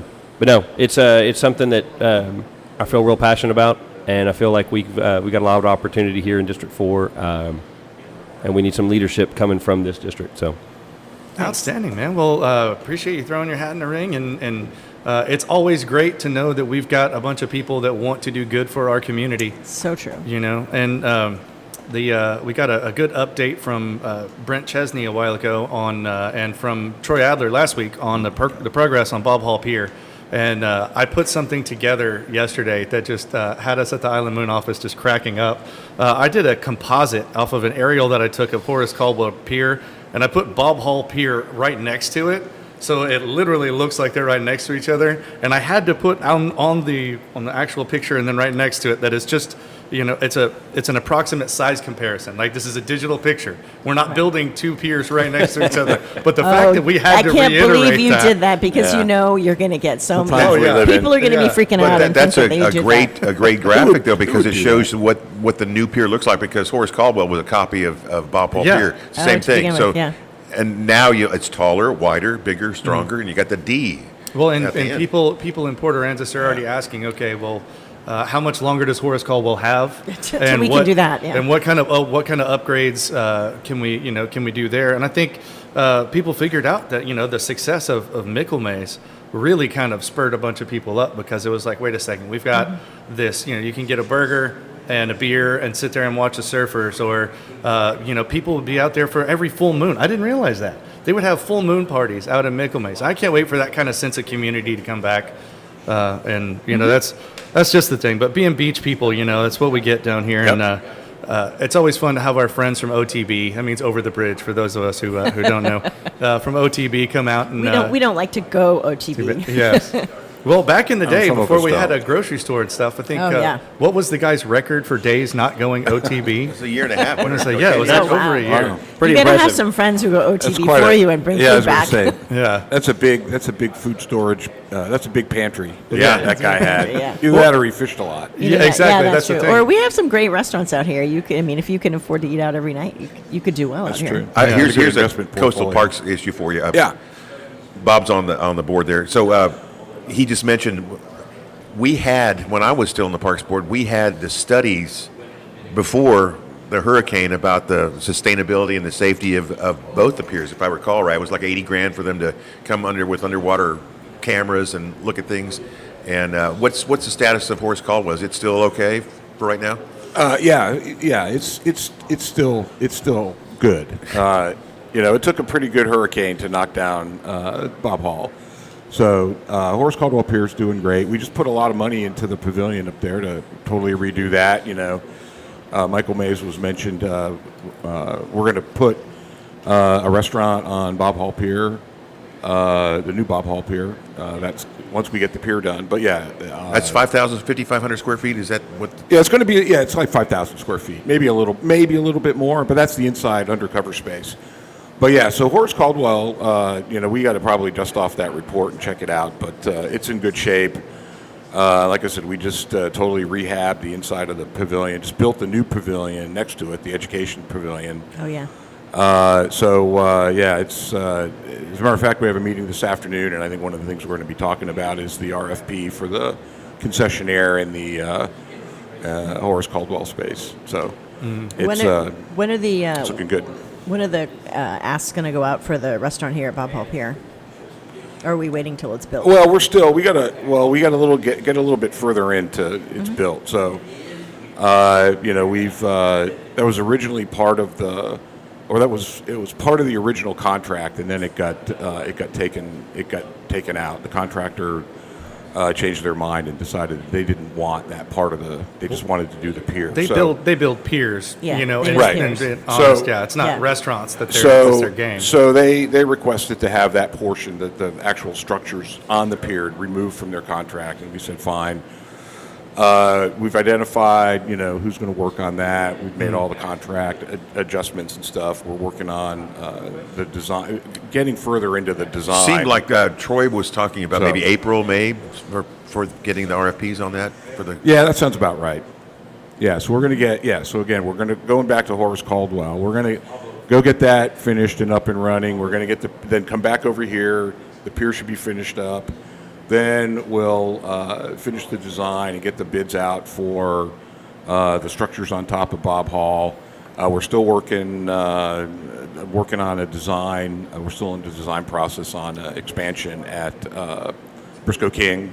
That's So- another big thing going on. Yeah. Oh So, yeah, that'll be great. who There's dec- a lot going on at the Yes. Parks Board. Who there decides is. what restaurant goes in? So you've got the space built and You it's all do. set. No, they competitive bid.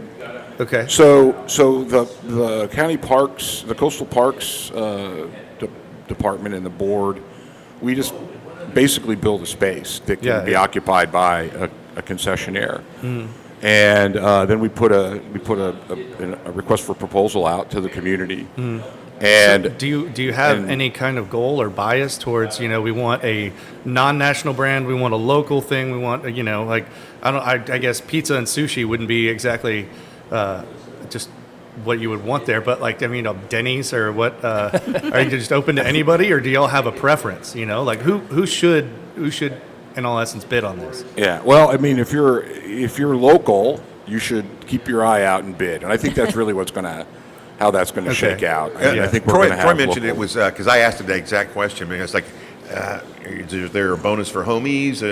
And he Yeah. says it's going to be a weighted by. Okay. Yeah, I've not been involved in what the evaluation criteria is going to be. So it's more on the the request, what the actual request, we've been going over what that's going to look like. I don't know what the evaluation is going to look like.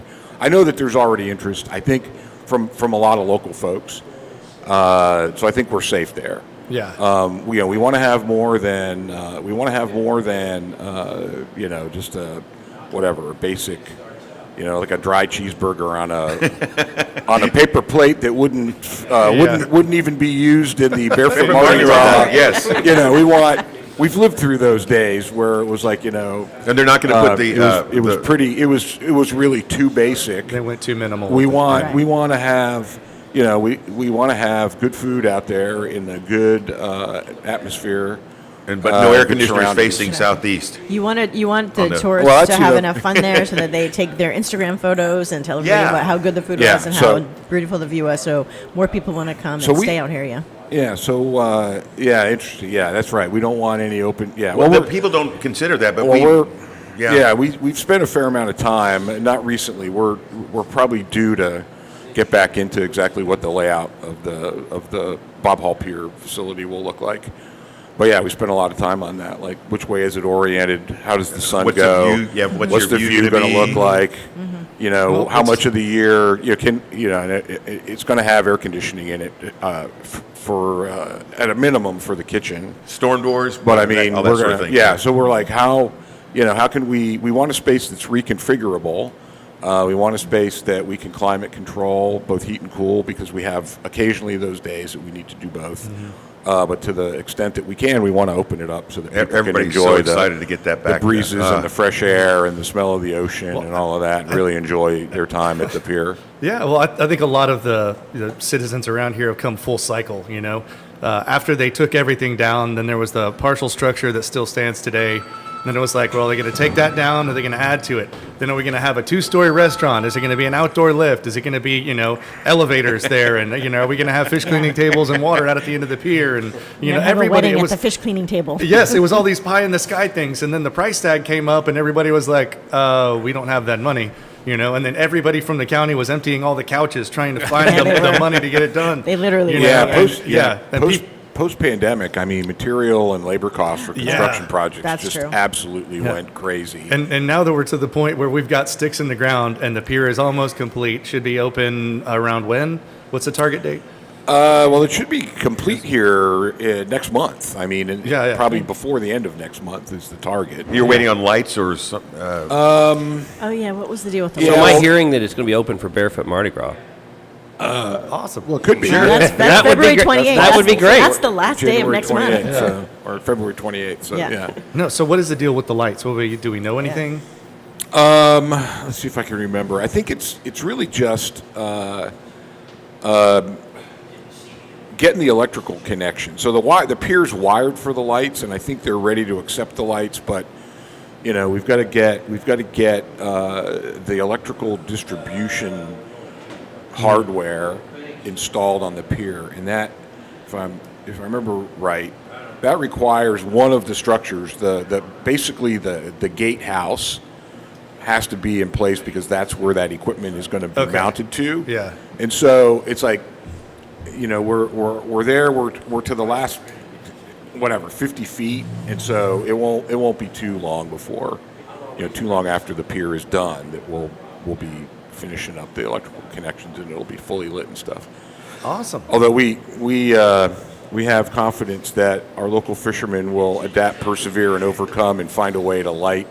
I think there's a Find a line. way to fish before Like it's their done. fishing spot on the new pier I think- until the lights come Yeah, on. I think there's a line of fishermen out there already waiting to get up. And Generators and little red wagons. Yeah, yeah. Love You, those. you definitely get a sense. If it's possible to forget how popular and important fishing is around here, it's like the pier work is reminded you that it's very, very popular. People love to fish around here. Well, and I can look at old photos, and by the number of people on because I can do this with the jetty as well, the number of people on the pier and the jetty, I can tell what they're wearing, what they're fishing for, and what they were catching. Because when the redfish run comes, the sheephead run comes, it's colder weather, people wearing jackets, right? But, I mean, it's elbow to elbow out there for a lot of them, so it'll be a really fun redfish run. All that'll be great. Well, I'll tell you what, speaking of things running, my truck was running kind of heavy And I think it's probably about time. I think I've turned over 200,000 miles on this thing. Oh, wow. And I was like, man, what if I want to sell my truck? You need to go to Discount Motor Company and go talk to Frank the Bank. He's at 6601 SPID. They're right between Turner's and the movie theater. And he wants to buy your car. Don't go to one of these big box places. He'll pay you $500 more than that. He doesn't have the overhead. You can actually deal directly with him. You don't have to talk to a salesman. It's like, oh, let me go talk to my manager. Don't play that game. Go to Discount Motor Co. Go see Frank the Bank. They're at 851-2900. Or you can just go to discountmotorcompany.com. Anything you've got, cars, trucks, trailers, it's worth going over there. Ask him. Say, hey, do you want to buy this? Or if you need fleet vehicles, you need that big diesel. If I know Dale's been looking at getting a new truck to haul a bunch of these papers with, he's got all kinds of things that you wouldn't even imagine. It's great. Go see our buddy Frank, 6601 SPID, right next to Turner's, and it's Discount Motor Co. We're going to take a quick radio break, and we will be right back. It is 8:22 here on KUKA, Driscoll, Texas, 105.9 and 103.3. Also on Retro Tejano 104.1. We are coming at you live on YouTube and Facebook via Island Moon Live. We are so glad you were with us. Stick around. 66. Hicks Automotive Group in Corpus Christi has been your trusted family-owned dealership, offering the finest in Mercedes-Benz, Nissan, Subaru, and Infiniti vehicles. Commitment to our customers extends beyond offering superior quality luxury automobiles and service. Hicks Automotive Group proudly supports our community through contributions to the Coastal Bend Food Bank, Texas A&M University Corpus Christi, and Ronald McDonald House.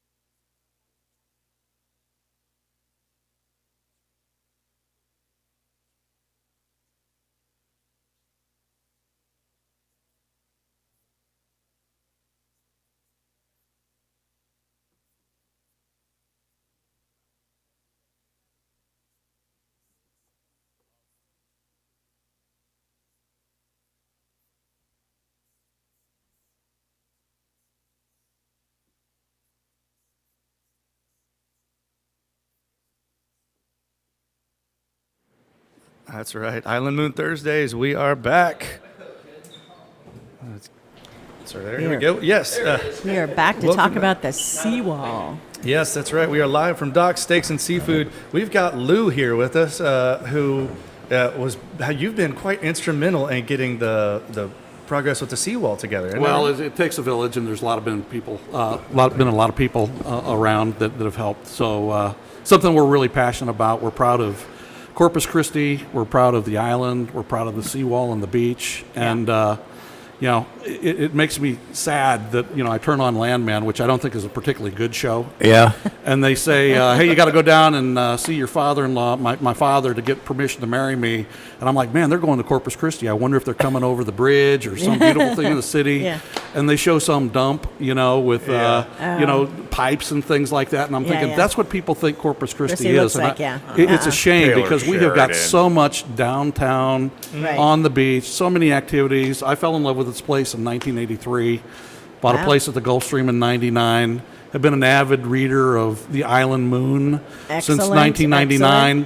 Avid and like Dale's in my mind. Uh-oh. And now I feel like Uh-oh. he gave me an invitation to come here, and I'm Kind like, of a I'm scary inside place. the moon now. You're inside the with moon. all the other moon monkeys. And- Well, you started the process here, 2 or 3 weeks ago at the TERS meeting where Yeah. you got up and you said to the TERS board that the promise was made to the residents along the seawall that if you turn maintenance and liability over to the city, they'll put $15 million in, and then the residents lived up to their side of the bargain, and the $15 million went away. right. That started a process that ended this past Tuesday when the $15 million came back. Right. So where are we now? We're in a great place. You know, I'm been spending a lot of time with Craig Thompson, who works for Hanson's, also on the ISAC. Yeah. And great guy, and been following his progress. He's been kind of straw bossing the thing, Yeah. nursing it through the process. So, you know, I talked to him, and you, Kaylin Paxson has said that they want to go out for bid in the summertime and start building after Labor Day. So Right. That's awesome. the $15.5 million is all there. They had to get another 11.5. But I can't say enough about Mayor Huardo, you know, and Kaylin for reacting, and Peter Zanoni has been fantastic. And I know they caught a lot of flack, but it was an honest mistake, and they rectified it. It was December 9th when I actually went to the TERS meeting and said, hey, what's going on here? You know, and I see other new projects getting approved, and I'm expecting for the seawall to be, you know, construction to be started, and it's Right. not going. And we go check with, with Hanson, and they're like, oh, it's on hold. And I'm like, on hold. And then I go and look at the city council meetings and TERS. Yeah. Did a lot of research to figure out what was going on. And they've got every month or every TERS meeting, they've got a thing on there that says, hey, here's $2 million this year, $2 million next year, and then here's, $5 or $6 million out in 30 to 2040. Oh, wow. And I'm like, it's a Right. 12-month project. Layering in Yeah. $2 million at a time with money 10 years out, means it's not going to get done. Yep. Yeah. And I went to highlight it, and I was pretty angry when I walked in, to be honest with you. And before Yeah. I could get started, I ran into Brent Chesney. Yeah. And said, Brent, you're asking for $2 million more, and we don't even have a seawall fund. He goes, what are you talking about? And there was no one that I saw on the city council that knew this thing wasn't funded. Yeah, that's kind of how it went. And I think when you pointed that out, a light went on, and the issue there is they've taken some of the money from some other projects, but there's going to be other ways to fund that. It's an ongoing process. What happened is sometime back in middle of 2025. The word came first to ISAC and then to the TERS board that there was only going to be $400,000 in that fund come 2029, and that kind of set everybody back on their heels. Where did that come from? And so it was at that point that the process started that culminated this week with the finding of the money to do it. Yep. Well, and we've had a lot of people like, Craig and John Michael with Hanson have been really, it's a passion project for them because they do care about the island so much. And something that John Michael said is, there are other projects that we have going on in the city that are wants, right? But this one is an actual need. Yeah. I appreciate everybody getting involved, and it's awesome that, you're able, thank you again for jumping in and bringing light to this. How many owners are there on the seawall? We have 132 units in the Gulf Stream, so we have probably some multiples, 120. We have El Costante next to us. We have Portofino. We have the Island House, and believe it or not, we have Pathway. So they actually Right. do have a Right. path that's a Right. couple yards long, and they are one of the people that had to sign off Oh, wow. on conveying each their of the- easement. So you had to get every individual owner. Well, it's interesting. You had people with sand. Right. You had people with new businesses, Yeah. and then you had the condos. Yeah. And within a condo association, we had to figure out, okay, legally, what Right. can we do? And would it be a purchase? Would it be a gift? Would it be an easement? We settled on easement, but then Yeah. we had to go convince our owners that this was good for them. Right. Right. And I got to go back to Dan Suckley. I mean, the most Yeah, amazing yeah, city yeah. councilman in the history of Corpus Christi. I had a problem. you're listening, Dan. I'm the president of the board of the Gulfstream, and we had a problem with the STR. And I got a Yeah. hold of him. He quickly responded. I mean, that guy, I could email him or text him any time of day or night. I'm getting immediate responses. But then, it's ironic. People that were in these condos had no idea they were responsible for the seawall. Right. Yeah. There is right, no right, one right. that I know. knew they were responsible knew for the that. seawall. Well- And I did. So, I've been beating that drum for a decade. Yes, you have. And because Mike Ellis used to always go there, but you don't even have to go that far back until after Hurricane Allen in 1980, when they came in and rebuilt the seawall. They invoked the Dune Protection Act for a while, so the state claimed 150 feet back from the dune line. So when you're sitting in the lobby of the old Holiday Inn, you're on state property. So, Yeah. Dale, people don't really understand the kind of, give us a brief history of the seawall, when it was built and who actually used to own it and where it is now. It was built without permits before we were in the city limits back in the late 70s, but it was wiped out in Hurricane Allen in 1980. The hurricane just picked it up and moved it, and so it sat So there it didn't for last very long. 2 or 3 years while they tried to fix. They had no plan. The Right. very problem that you're dealing with here. Then the last couple of years, there was no requirement that any of the residents there rebuild it. So if your piece of everyone down there owns their piece of the seawall right in front of them, and if you fix your piece after a storm, there's no requirement that the guy across your property line Right. does the same. Right. And therein lies the problem. Right. So they went to the solution was with the state. So they went through the state. They found a grant, but because the seawall was built without permits, the state said it's not exempt from the Dune Protection Act. So they rebuilt the seawall with one-time only Senate Bill 4, I think it was, in 90. I can't remember. It's in the 80s, and so they rebuilt it with this 150-foot easement, and it wasn't until 1998 that they resolved that in Austin and got rid of that 150-foot easement, and that's when maintenance went back to you guys, and that's where it sat from 1998 until 2023, something Right. like Right. that. Right.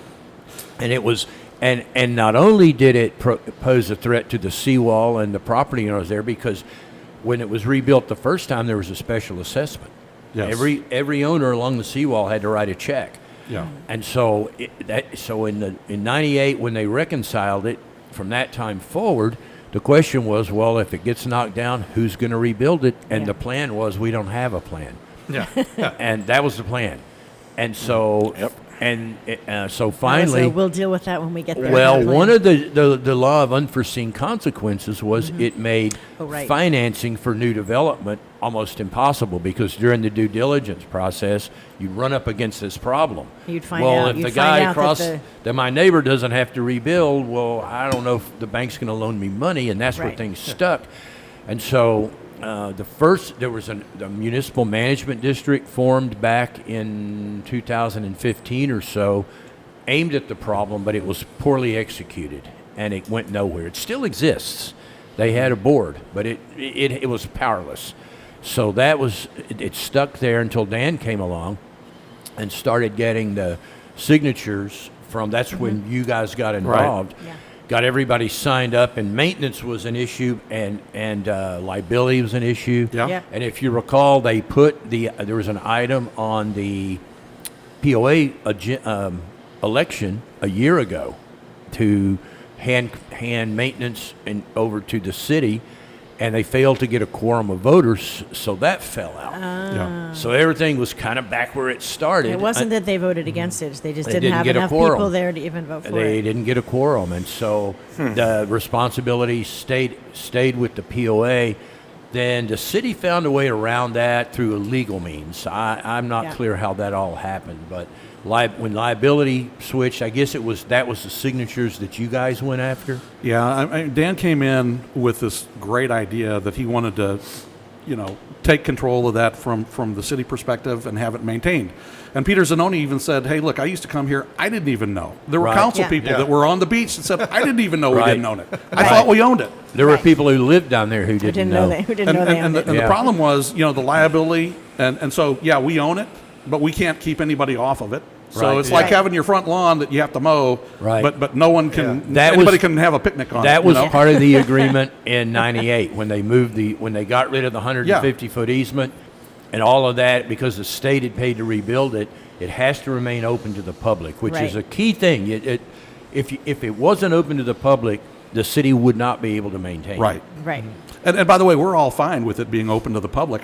I thought it was a city property too when I bought, Yeah. like everybody Yeah, else yeah. does. Yeah. But the problem is, it's $50 million to replace the seawall if it goes down now. Yeah. And Dale, what was it, $4 million back Yeah, in it was- 1981? Yeah, and they were lucky because it moved big chunks of it, and they were able to put them back. Yep. And Greg is gone. Kind of super glue them back together. Yeah, well, Greg is gone. Was part of that. I think he was one of the contractors Oh, or yeah. something. He's talked about it here, and it's a better structure now than it was when it was built. Yeah. It's much more sturdy now than it was. But I mean, in the time that I've lived here, the only time I recall the water overtopping it was in Hurricane Ike in I think 2008, I was here. and that was the only time I recall. It was splashing up on the wall, over the wall, and onto the grass in Yeah. front of the Gulf Stream. Right. And I was there. And we were all watching it. And I was Yeah. watching. Yeah, It we was could fun. watch it. And by the way, I think the causeway was underwater by then And, too. Yeah. and once it It gets was still- over the top, you got big trouble because then Yeah. it comes out under the bottom, and that's when Right, and then that's when you got it problems. gets underneath it. Yeah. And for years, Paul Sneck-Snyder owned a bunch of that property down there. His ownership group did. And he kept trying to he did a study, and they said you needed a French drain in front of the seawall to move the water laterally. And for whatever reason, they just couldn't. He kind of fouled the nest when he tried to throw vehicles off the. He said he just wanted vehicles off the beach in front of the seawall, but the next thing you know, it was from the South Jetty all the way down to Bob Hall Pier, and that didn't sit Yeah. well. Yeah. And so that all fell out. So what is the current state of that property that's from the seawall north to the South Jetty right there? It's privately owned. It's the GLO property in front of the wooden part of the seawall that's there, those bollards. Yeah. And it's private property behind there. I believe it's 80 acres back there. And I think the city owns property at the back off of that water, right? Where the Seagate The used city to has be.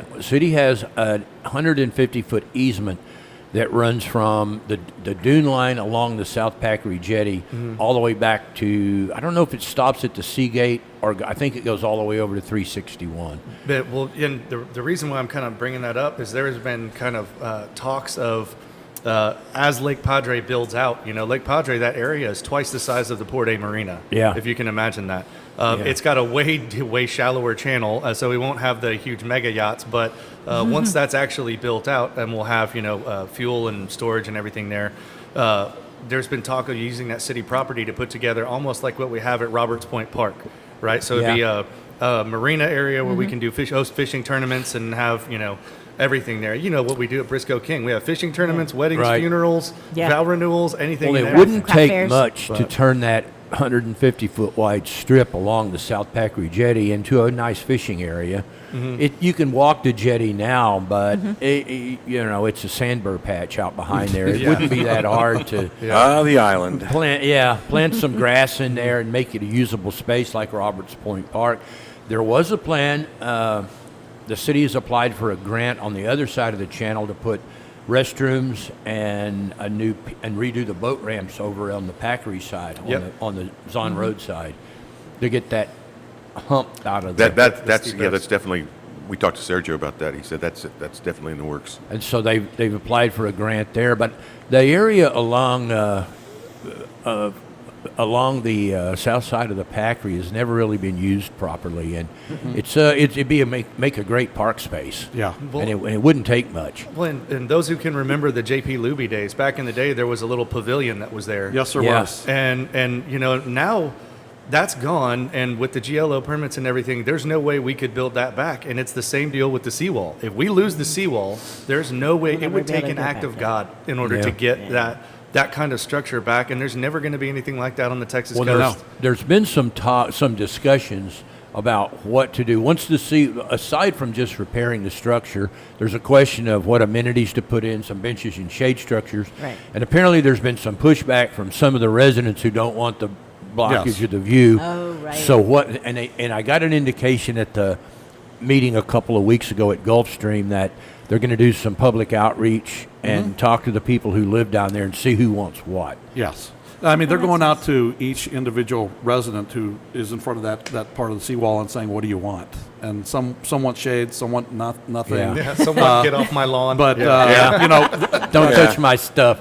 Craig's actually showed me some layouts of what they want to do at the parking lot, where they move that back even flush with the last restroom and make that a pavilion with That'd be shade nice. and things like that. That'd be a great Because there's a idea. lot of people that like the beach, but they don't want to get sandy. Yeah. Well, You know? Speaking of, Yeah. the sandbox is going to be opening pretty soon. So Oh, Sandbox yeah, will be that'll be open. exciting. Yeah. there'll be Yeah. a bar and restaurant right there out in outdoor space. Which matches the gorgeous mural that you have on the Gulfstream Thank that we you. were talking about. Thank you. So how did you guys decide you wanted to put that on there?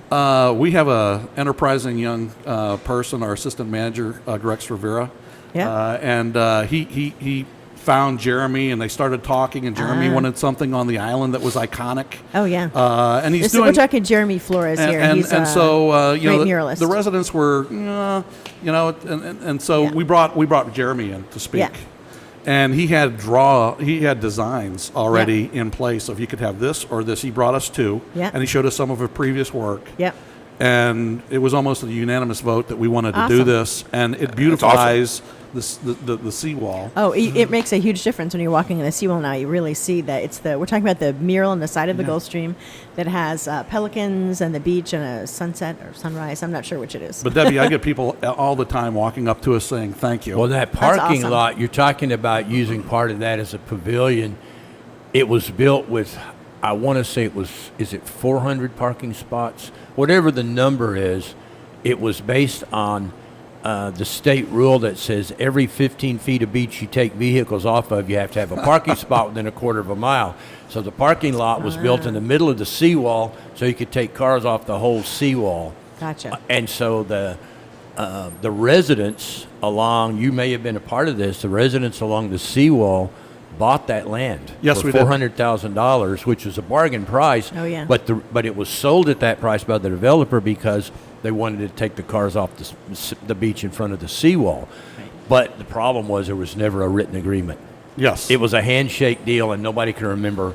And Who shook whose hand? yeah, and then there was a vote in 2008 approved to take cars off the seawall. Once again, it got into the decision-making process, and it went from the seawall all the way up to within 600 feet of the Yes. South Jetty. Once you go a foot outside of the seawall, people push back, and Yeah. they should push back. Yes. Because Yes. once you go down that road, then the 26 miles of beach is in play. I think driving on the beach is a fantastic thing. It separates us from everybody else. And Dale, when they did that parking lot, you have to understand, taking cars off the beach, there was no Packery Channel, so Yeah. there was really no beach in front of there.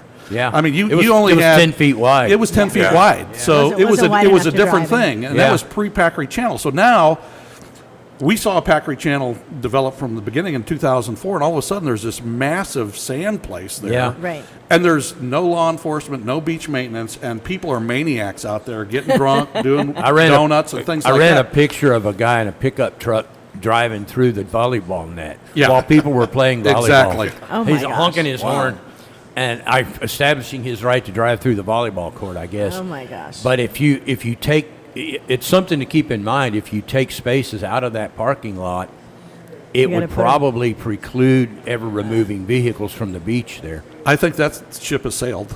Yeah. And anybody tries to Yeah, bring I it up, think so. we have owners, everyone. It'd be really nice if I said, this is over. You know, Yeah. we're not talking about this. Yeah.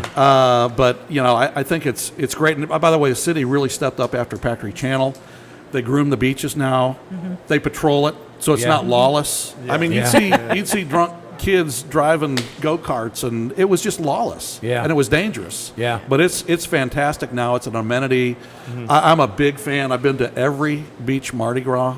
Yeah. And I've seen it Nice, grow up nice. from nothing Yeah. to what it is today. And I mean, last year in front of the seawall, That's where it extra belongs. special. Yeah. Took Extra forever to get special. it there. That we owe Dan credit for that. We've been trying to. I tried that the first year, and I got shot down. I think Debbie and I were the only two people that came over to the new committee from the old Barefoot Mardi Yeah, Gras yeah, committee, yeah. and I've been trying to do that all along, and he just couldn't catch any traction.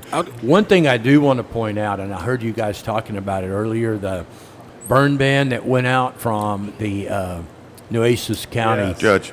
I called the person who put that out yesterday because I had a couple of questions. The first one was, what it said was, no beach fires in unincorporated beaches in Nueces County.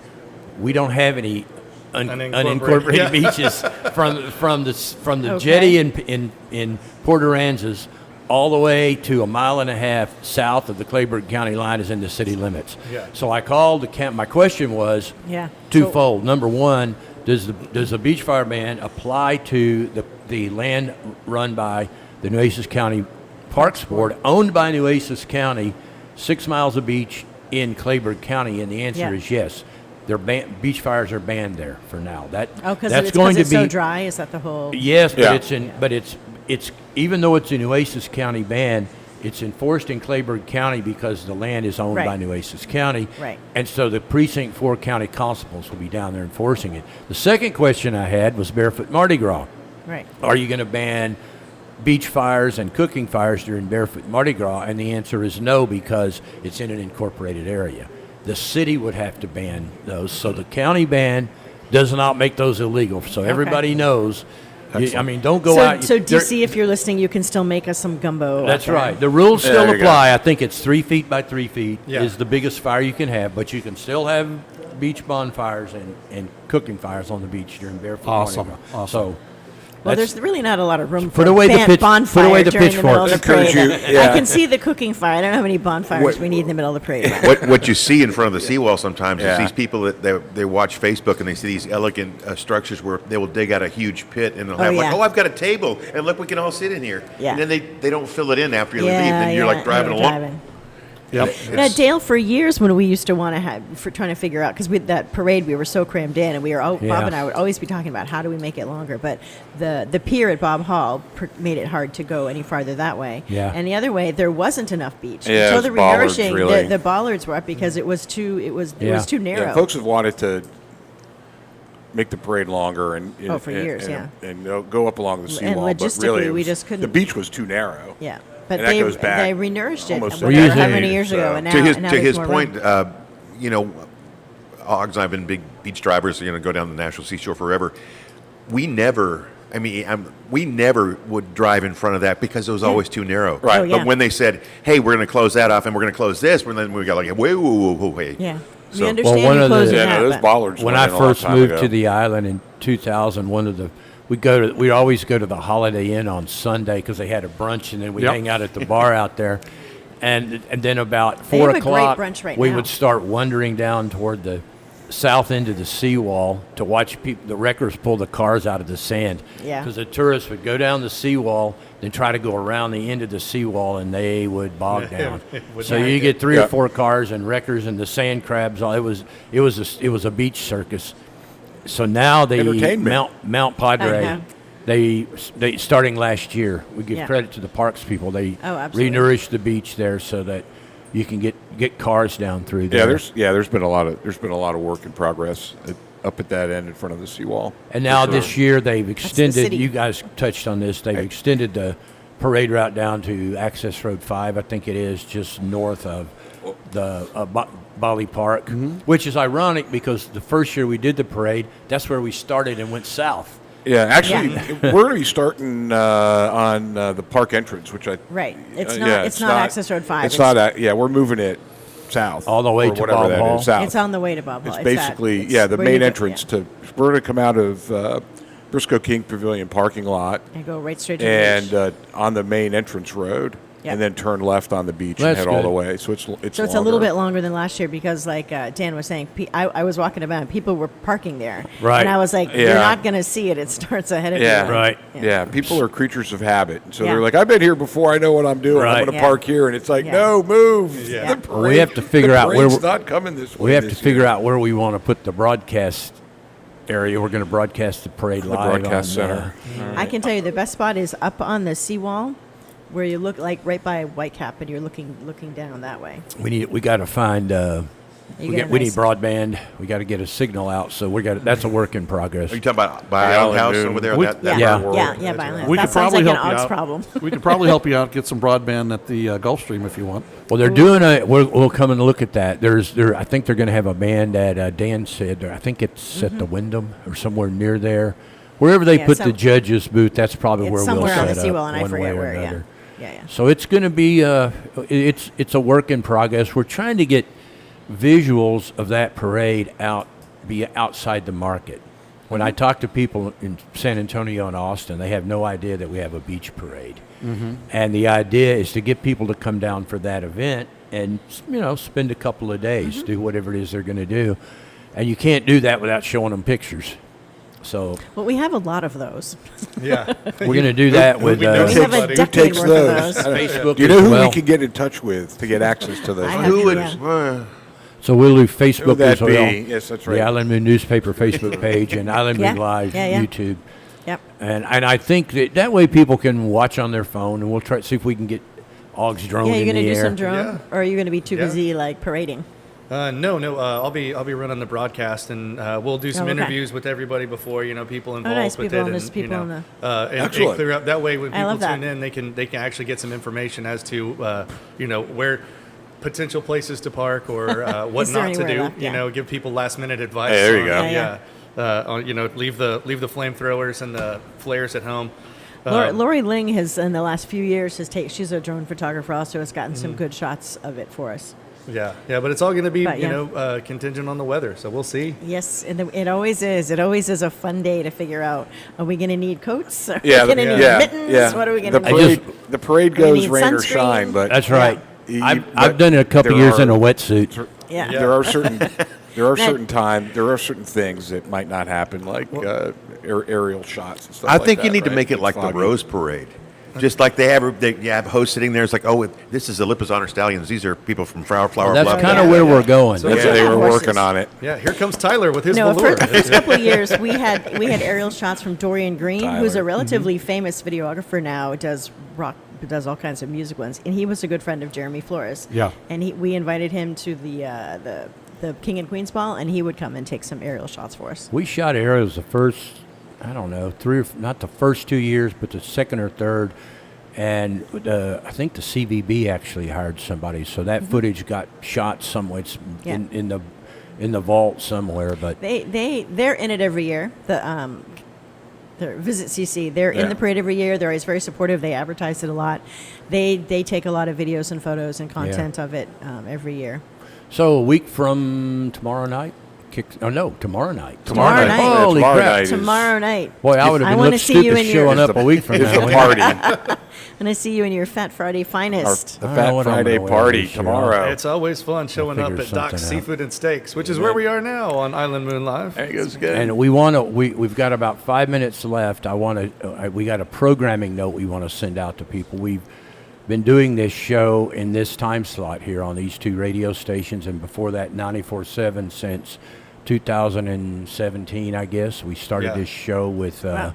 Jim Lago back in Oh, that's right. 2014 or 15, and it And we've moved morphed. we we moved moved. locations. We went from Lago's house, from the studios out on Tupper Lane Yeah. to Lago's house, where you guys did the show in the front yard one morning. Yes. To Blake's house, and about Blake's car on his laptop. 4 or 5 years ago, we landed here at Docks, which we will still be here. But our time slot here on Thursday morning on these radio stations looks like it is going away. So if you tune in to this time slot on these stations next week, unless something changes, you will not hear us here.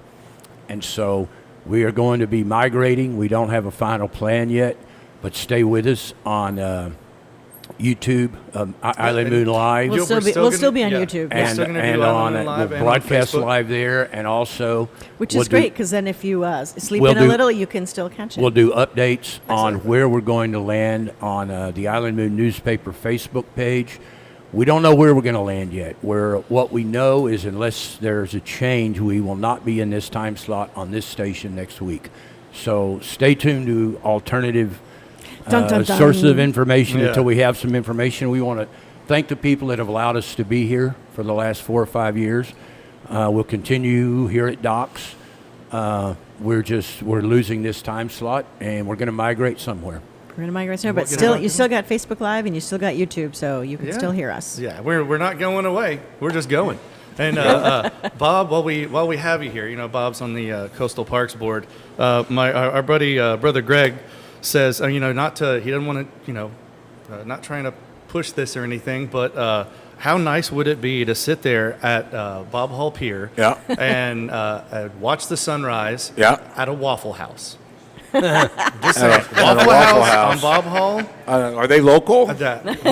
We could do boat and net. I do. I mean, boat and net out there. I enjoyed the ambiance. I've enjoyed the ambiance of Waffle House many times in my life. Yeah. Not really on the beach though. Usually by an interstate, but if they want to put a bid in, I had a guess they're restaurant welcome owner to do it. I had a restaurant owner call me this week from out of town. Well, I think they were from out of town. He never really said, wanting to know what the process was to apply. So I think you guys are going to get quite a bit of interest. We'll see. Yeah, I know Speaking there's of been a lot which- of interest locally. We'll find out more about Speaking that. of what's happening at Packery, at your little bar over there.